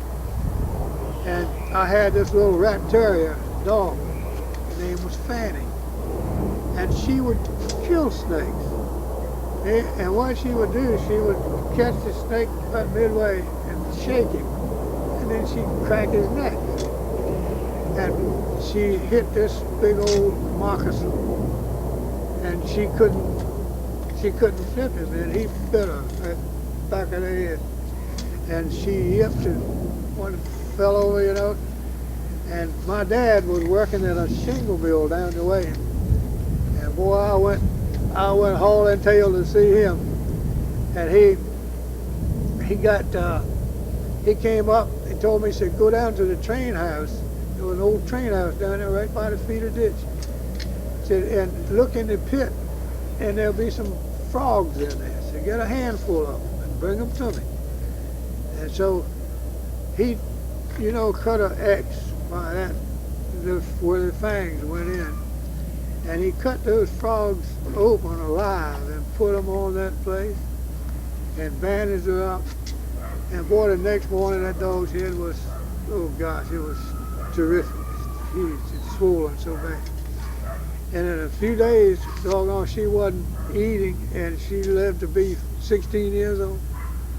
And she was I got 2 or 3 years old when that happened. But the little rat terrier dog, I'll never forget her. I think I got off the question a little bit. No, that's fine. That's fine.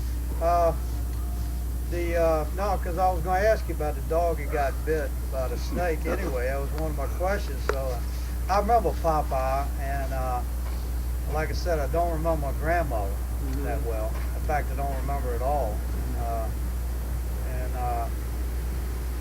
I do remember that Popeye couldn't read or write that That's well, right. could he? That's right. And in fact, I remember sometimes I'd come in and read the newspaper to him and stuff like that. And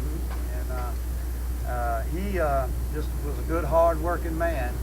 And I remember one of the things that I'm sure you mentioned it in one of the many times I was getting up to go to the phone or something, but he pretty much laid the foundation for Route 17 beside the canal bank with mules and stuff like that.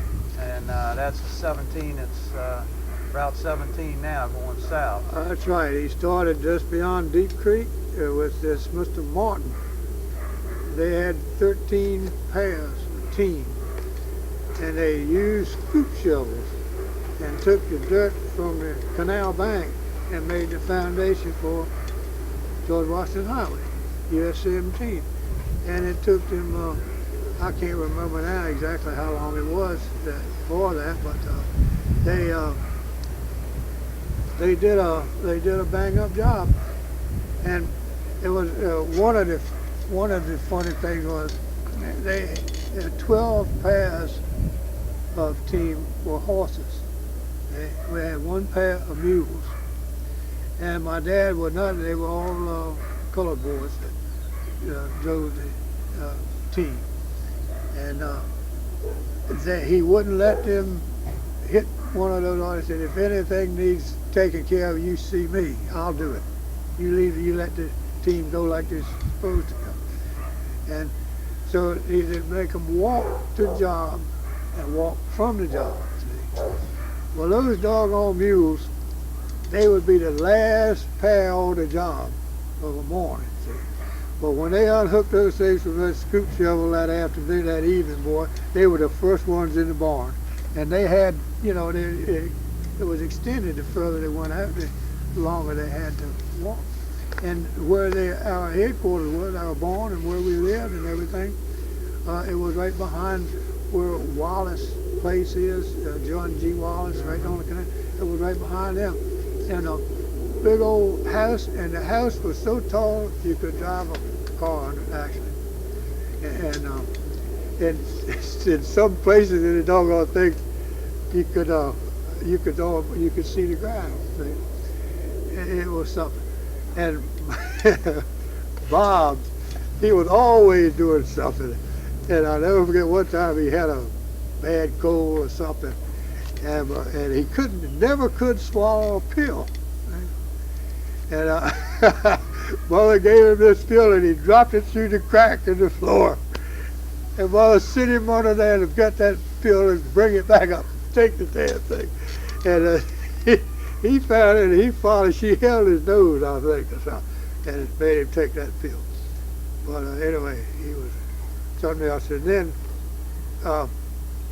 another thing that happened, that was where we were when I think we got the first call of the Model T4. And I learned to drive right away, and I know I wasn't over 10 years old. And before long, I was driving down to pick my dad up, to bring him in from his job. And he was the foreman of the job. And yeah, my dad was a good man. He was a honest, sincere man. I don't think he ever did anyone any harm in his whole life. And I never ever heard him talk about anyone. And he was for no more education than he had. I think he did good.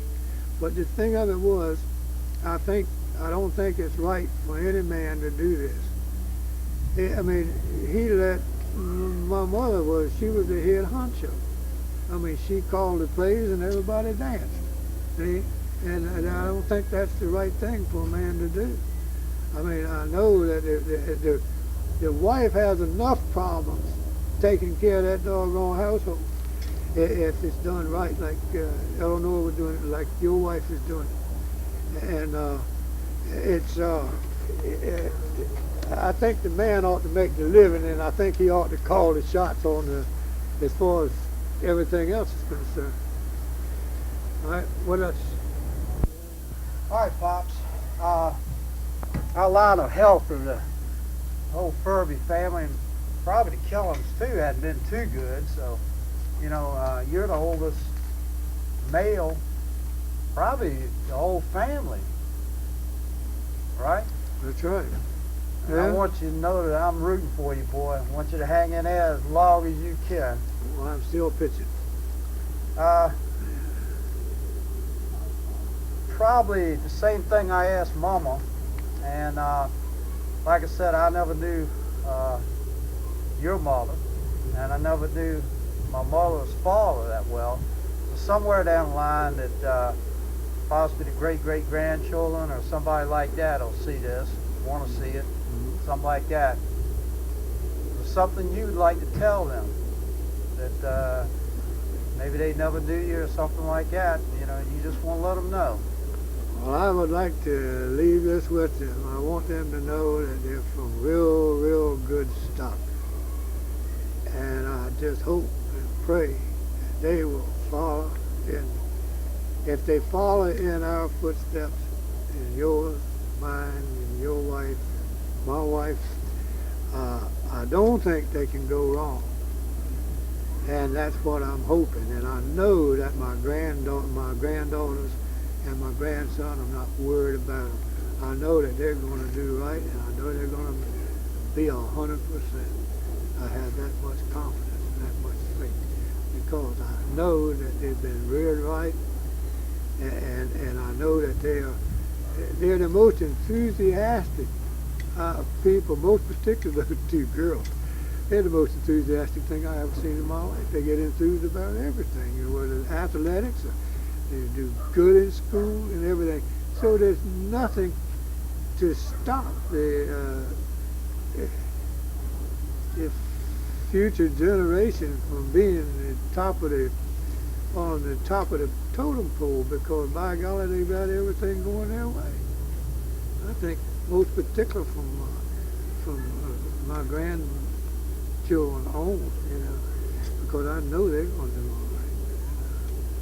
And I know that you and my daughter-in-law is going to do all right from here on out. I know that. Not even worried. Is that it? That's it for me. Okay. Is that all you want to say? You know of anything? For the record on the ancestors, I can go back. My father's name was Julian William Furby. My mother's name was Margaret Ann Temple Furby.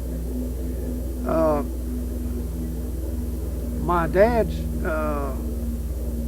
father was named Benson B. Furby, and his wife was Lonnie Furby. I don't have any record of her maiden name. I know that her first name was Lonnie. And my mother's my great grandfather was, or on my mother's side, okay, was John Temple. And her mother's name was Lavinia Marie Jennings until she got married. And that's both of them, right? Mother and father, right? Okay. And then I go back to, I can go back to Daniel Jennings on my mother's side. That was her grandfather. And he was, I want to put this in because it's a little history. He was the cook for Stonewall Jackson during the Civil War. And he was, I remember him when I was just a little fellow. And he had the doggone, I guess, arthritis.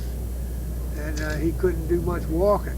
But he could do a lot of talking, and he was a pretty rough old guy. And I remember him, I can remember him. I can remember when he passed away. I was just a kid, and we went out there, and family, my God, I bet it was 100 in the family, and they were all there. And as far as the Temple family, see, all of the records was at the courthouse in Elizabeth City, and in 1907 it burned, and all of the records went with it. See, the fire.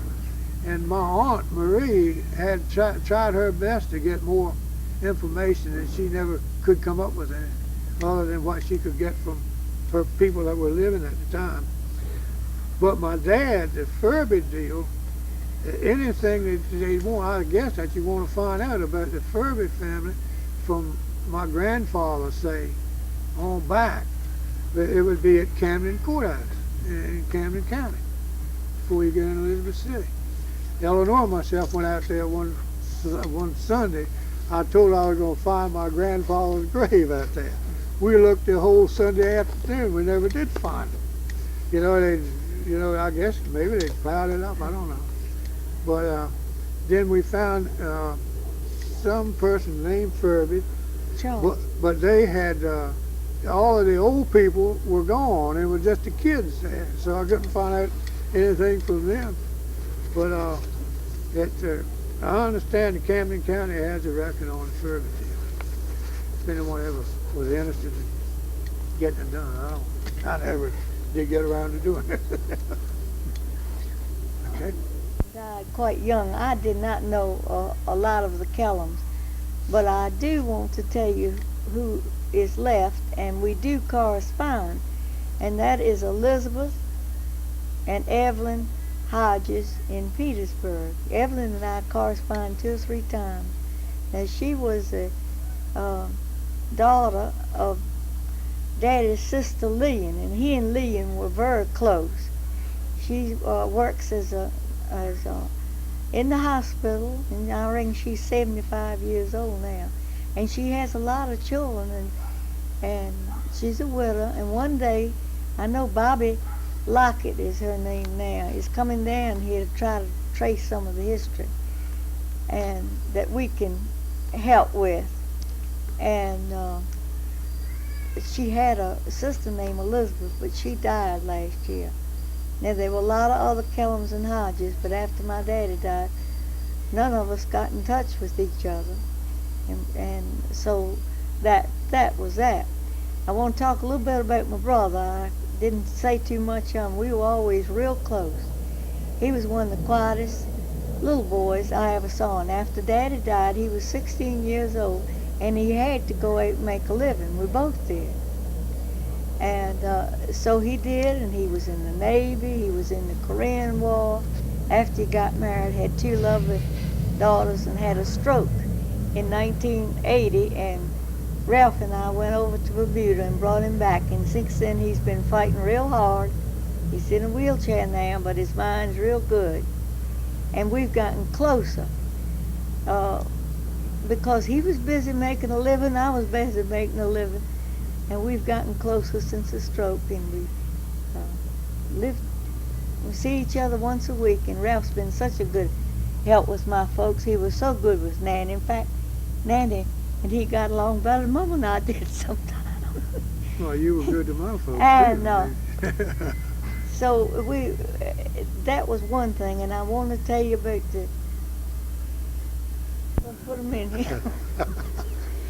And then on my mother, who was a clerk, she had one brother and one sister down here. That was Aunt Nanny, who was in Newbern, and we all visited back and forth with her. Every summer, we all saw that we all got together, the children, and had a good time, either at our house here or in Newbern. And she had 3 children. I told you, Emily, Francis, and Ed. Ed, I haven't talked too much about him. He's still in Moorhead and has 2 sons that are Frank, who's in the Navy, and Lee, who was in construction work. And Eleanor Lee, bless her heart, she has been the pillar of the family. She's a little younger. I was the oldest cousin. And she has a husband that has Parkinson's disease, but they just keep right on going. And Francis had 2 children, and that's Bill Wise, or Weiss, and he married Mary Evelyn, and they have no children. He's a doctor in Moorhead Center, a dentist. And we were all real close, and hope to be, and I hope you all can be one day. Well, Mary Lee. And she had a daughter in Wilmington. Mary Lee and Craig. And Mary Lee, I still feel like she was my daughter. Because she'd come to me and say, some of this stuff Mama's telling me so, and I'd say, oh, sure. And we'd laugh about it, because in some ways we had a lot of characteristics alike. She had 2 sons, one son, Stephen, who was born with a heart defect. And he's the youngest child that at the University of Alabama that ever had the valves put from one side of his heart to the other. And he is 13 years old, doing great, very precocious, very smart. And his heart is doing wonderful. But at the time of his heart operation, instead of all of us sitting there and feel sorry for ourselves, we all went either to help Francis and the Furbys too, and Skip and Diane too. We all contributed something at that time to help Mary Lee and Craig along in some way, either by being up there with them at Duke or being home when they came back from Alabama, and you too, Skip, or contributing a little money towards the hospitalization. And she married Craig, who was a Yankee, but we don't hold that against him. And he has been a wonderful person. Mariana is just like Francis. She's real chubby, and she's about 10 years old. And that's all to my knowledge, except that Francis married one of the most wonderful men. And he was a Yankee too. She met him when she was in training in Pennsylvania. And he's the most wonderful man I've ever known. It took me a long time to really know him, but now I really love him. And we go up to see his people, and he comes down here every summer to see us. And we've tried to be close. A lot of times we were so busy, but boy, when anything went wrong, the whole family went. When Francis died, much to my wonderful surprise, here comes Skip and Diane to be with us, as busy as they were.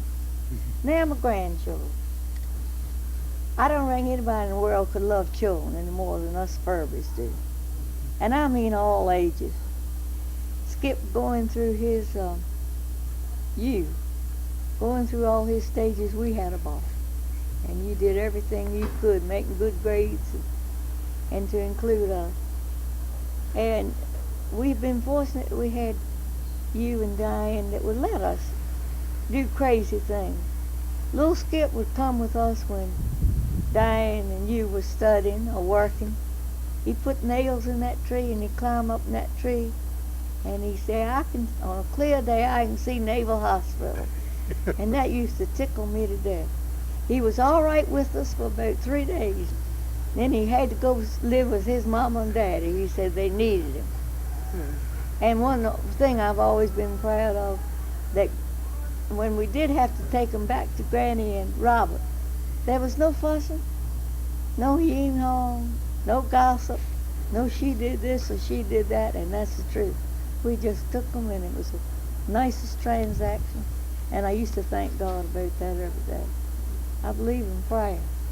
Now, Tracy would stay with us, and she loved to be with us, but her limit was 3 days too, and she had to go see her daddy. That's what all it was to her. I believe Dawn was a different one. We have taken her back down that damn dismal swamp 3 times at 12 o'clock at night. She had all her bunny rabbits here. She had her dolls here. She had Tracy here telling the stories and me bandaging her up where she hurt. And she'd look up at me and she says, I just got to go home. I just got to go home. And y'all busted your ass to take her So home. we just, so Tracy says, Grandma, what we going to do? One night I couldn't take her. Grandma, what we going to do with that pitiful little thing? Tracy was just like a little mother with her. I said, we can take that little thing home. So I called you up and I said, Diane, I hope you haven't done anything funny tonight. No, ma'am. I said, we're coming in. She says, you come in. So we did. But they brought us so much joy. They've always respected us. I never had them to fuss with.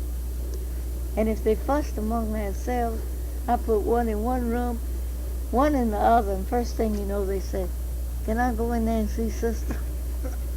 Are y'all always so heavy-handed with them, though? Y'all have to whip them all the time. You don't have to whip children. Just like Just you. love them. Y'all whip me to death, I'm sure. But, All you got to do is love them and enjoy them. And I think they know it. And you know, it's so obvious, I think. I've This is my had turn. men ask, you know, when you were coming up, you know, I tell them, well, Skip and myself went fishing, or we went hunting, or we went on a trip, you know. And man, what do you get out of him going? Why didn't you take somebody, you know, somebody else with you? I said, well, man, I enjoy being with my son. I'm not with him enough. You know, as far as I'm concerned. I said, and we have a heck of a good time together. And I said, I believe he can outshoot me. I don't think he can outfish me. And I said, and now he can operate a boat a whole lot better than I can, and all that. And I don't know. I always, and it was, I don't know why, but I always figured you were just damn near my age, you know. I mean, that's the way I treated you. I don't think I ever treated you like a child, and maybe I should have. But I didn't see any reason for it, because my God, you were right there, and I think we had a good time, and I enjoyed every time. And then Uncle Ralph, I forgot to tell you this because it might come up one day. Nanny had a brother named Uncle Reba, and we were always real close, Uncle Reba and I. And he was a salesman. In fact, he was a very good salesman, so he went back to the hospital. And he had 2 children. And one of them is Reba Clark, and he's in Richmond now. And he should be about 50, 55 years old. And we were always visiting back and forth. His mother's still living, and he's taking care of her. She's been down to see her, you might remember, 2 or 3 summers ago, a little tiny short one. But I haven't been back to see him since he moved to Richmond. He used to live in Detroit, but we correspond. Then he had a sister, which is, they're your first cousins. Gwen Clark, and she has stayed with me when they were little, and been down the beach when we always had a cottage down the beach and had the family down there too. And she is a therapist in Baltimore, Maryland. Her name is Gwen Clark, and she should be about 55 years old. But everybody got so busy with their own business, we haven't done that since you've been older. I don't manage Skip was old enough to remember her. Not She Reba, stayed with Gwen. us for, No, he was. I don't know, for about a week or so one time. Oh didn't she? yeah, One I summer. had them all down for about a week. And like I said, it was no hard feelings. It's just they got busy, we got busy, and we all said we were all going to get together. But we do correspond. I have a lot. And I think that's been all I got to say, Steve. And I didn't know that for years.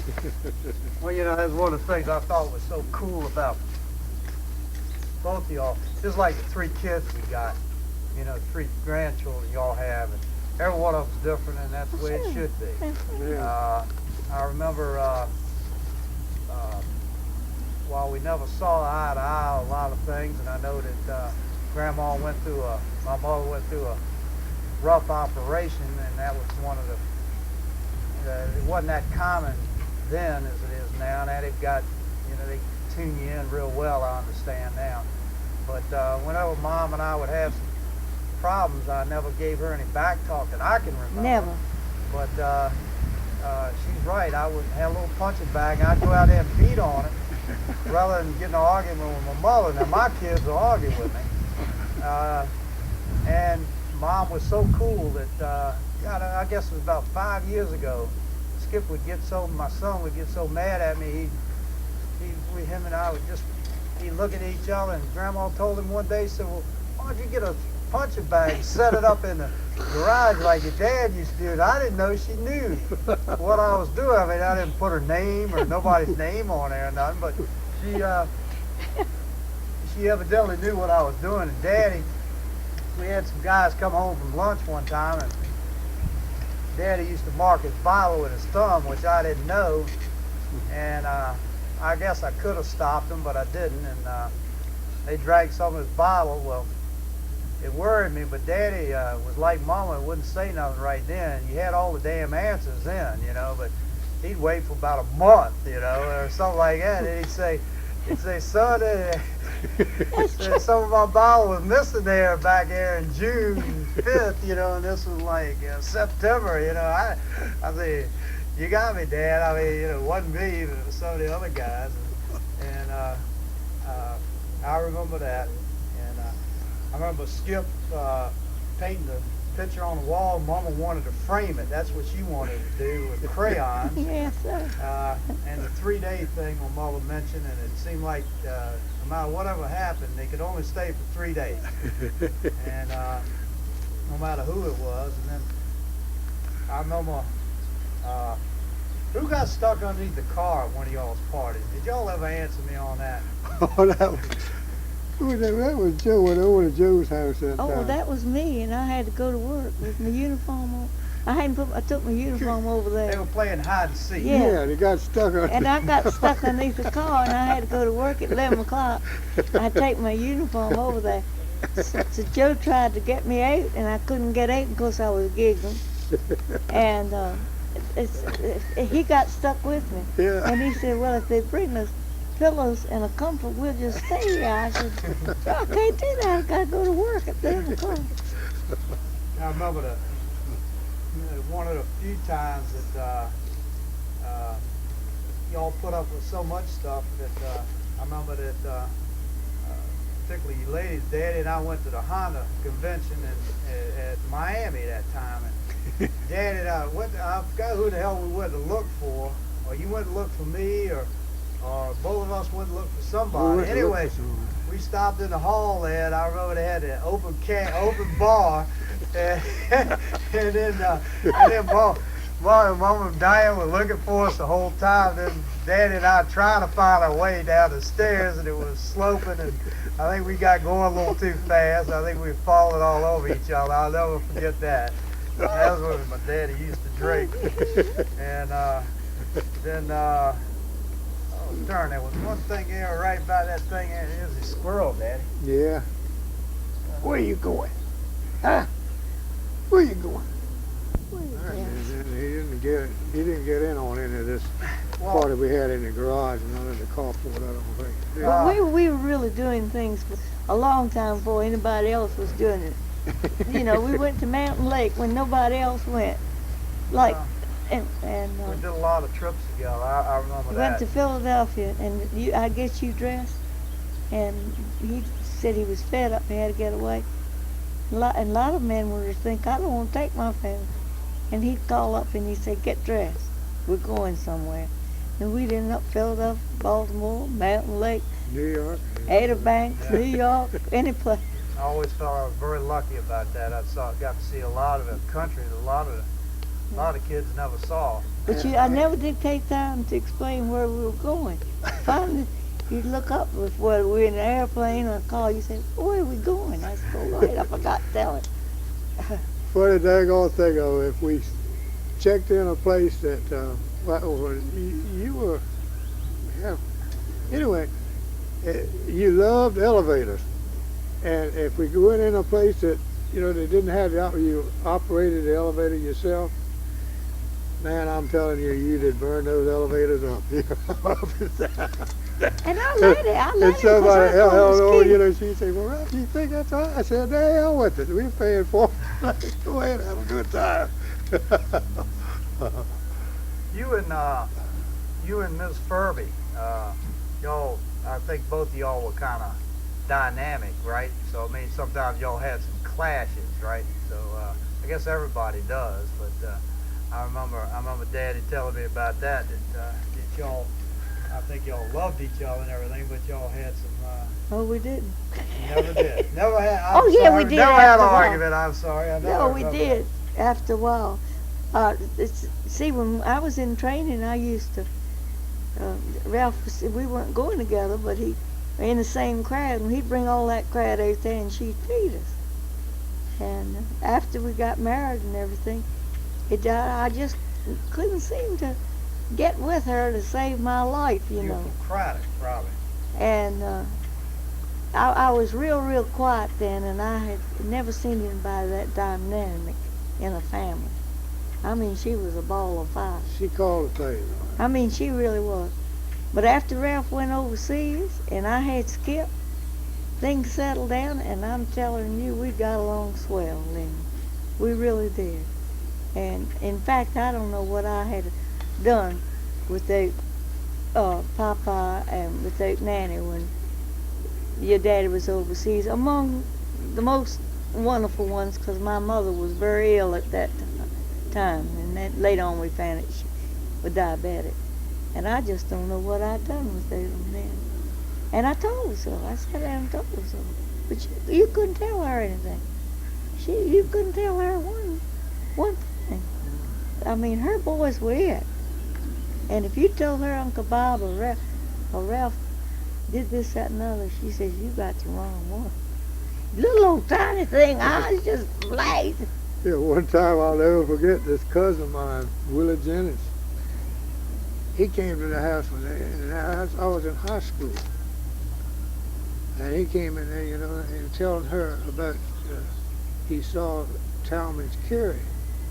That was my buddy, see, when I was in school and everything. He was a good guy. Said he saw Talmadge and he was all looped up. See? I said, well, was Ralph looped up?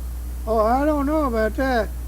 It was, well, if Talmadge was there, I know Ralph was there. And so I came in, you know, and she said, Ralph, Willie was here today. I said, whoa, fine. I said, how's he doing? I knew he saw us, see? And said, he's doing all right, said, but he's talking a whole lot. I said, what is that? Said, he told me that he saw Talmadge Carey the other night, all drunk. And said, and I asked him about you, said, but he said he didn't know about you. Like that. He said, well, I know that you were both together. You always are like. And said, you know what I told him? Said, I told him to go on and mind his own business. I knew my son didn't do things like that. And the only thing I did, I went over, I patted over the shoulder like that. I said, "That's right, Mom. You take up with your boy." Yeah, Thank that's you. right. That's Yeah, that's right. Yeah, I did that. All right. He was. Well, Mom, you used to, I mean, you thought Uncle Bob was a real good-looking guy, I didn't you, Mama? did. I did. Oh, I thought you were gonna say no. You never did think he was He good-looking. was Why the good-looking. women thought he was such a woman? I really did think he was good looking, nice looking. I mean, I think Pop was the best looking one. But My dad was a good looking man. and Pop was a good, but Bob was always so good to me. You know, that's about all you can go after in this whole wide world. And if Ralph would get rough with me, I mean, he'd take up for me. He'd leave his women folks and come home and take up for me. Yes, sir. At one time we were in Durham, I believe it was, and Bob came in to see us. I think that's when he got washed out of the paratroopers or something. But anyway, he came in and we went to this dance. And Eleanor and myself had some words about some finances. See. And boy, I tell you, old Bob, he told me, he said, "Listen, mister, you're not going to talk to that girl like that." You know? He grabbed me by the arm and took me outside. He said, "I'll whip your ass." And I knew you'd do it. Well, And we came in and got squared away. if he would take up for me, but I never did pin Bob down as to what day or what week or what month he was coming. Daddy told me not to do that, and he was right. And I remember the time we went to Washington, and Daddy and I was sitting in the back seat, and we were giving him so much trouble because he'd always be the one to drive. And Bob got so mad and hot, he jumped out of the car right in the middle of, rush hour traffic. Now, he got out of the car and said, "If y'all don't shut up, y'all can get up in this front seat and drive," you know. And Pops looked at it and said, "Bob, get your ass on back in the car now. I have to kick your ass if you don't." So Bob did. We shut up, if I remember right. But that was the night I think Bob was going to climb and get up on top of a statue that was about 50 feet up in the air.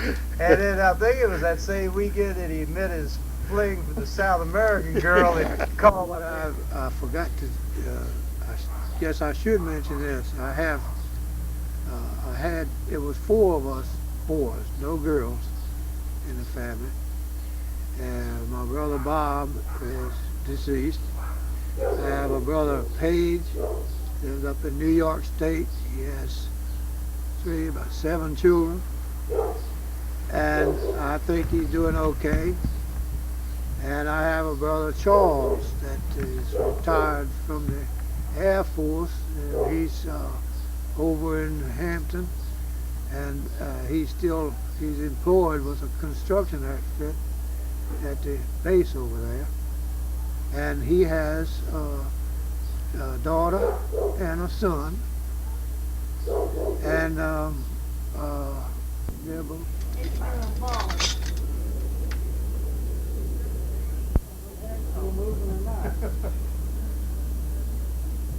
Bree Taylor.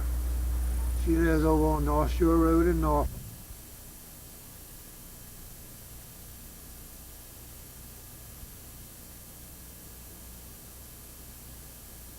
That's Bernie Taylor Jr. 48 years, April the 23rd, and we're working on the 50th anniversary, and I won't take us all on a cruise then. And we're looking forward to next weekend going up to see Dawn play basketball, all of us together, and Tracy's going to ride, and be her birthday, April the 8th on the 17th. We always got something cooking. How about that?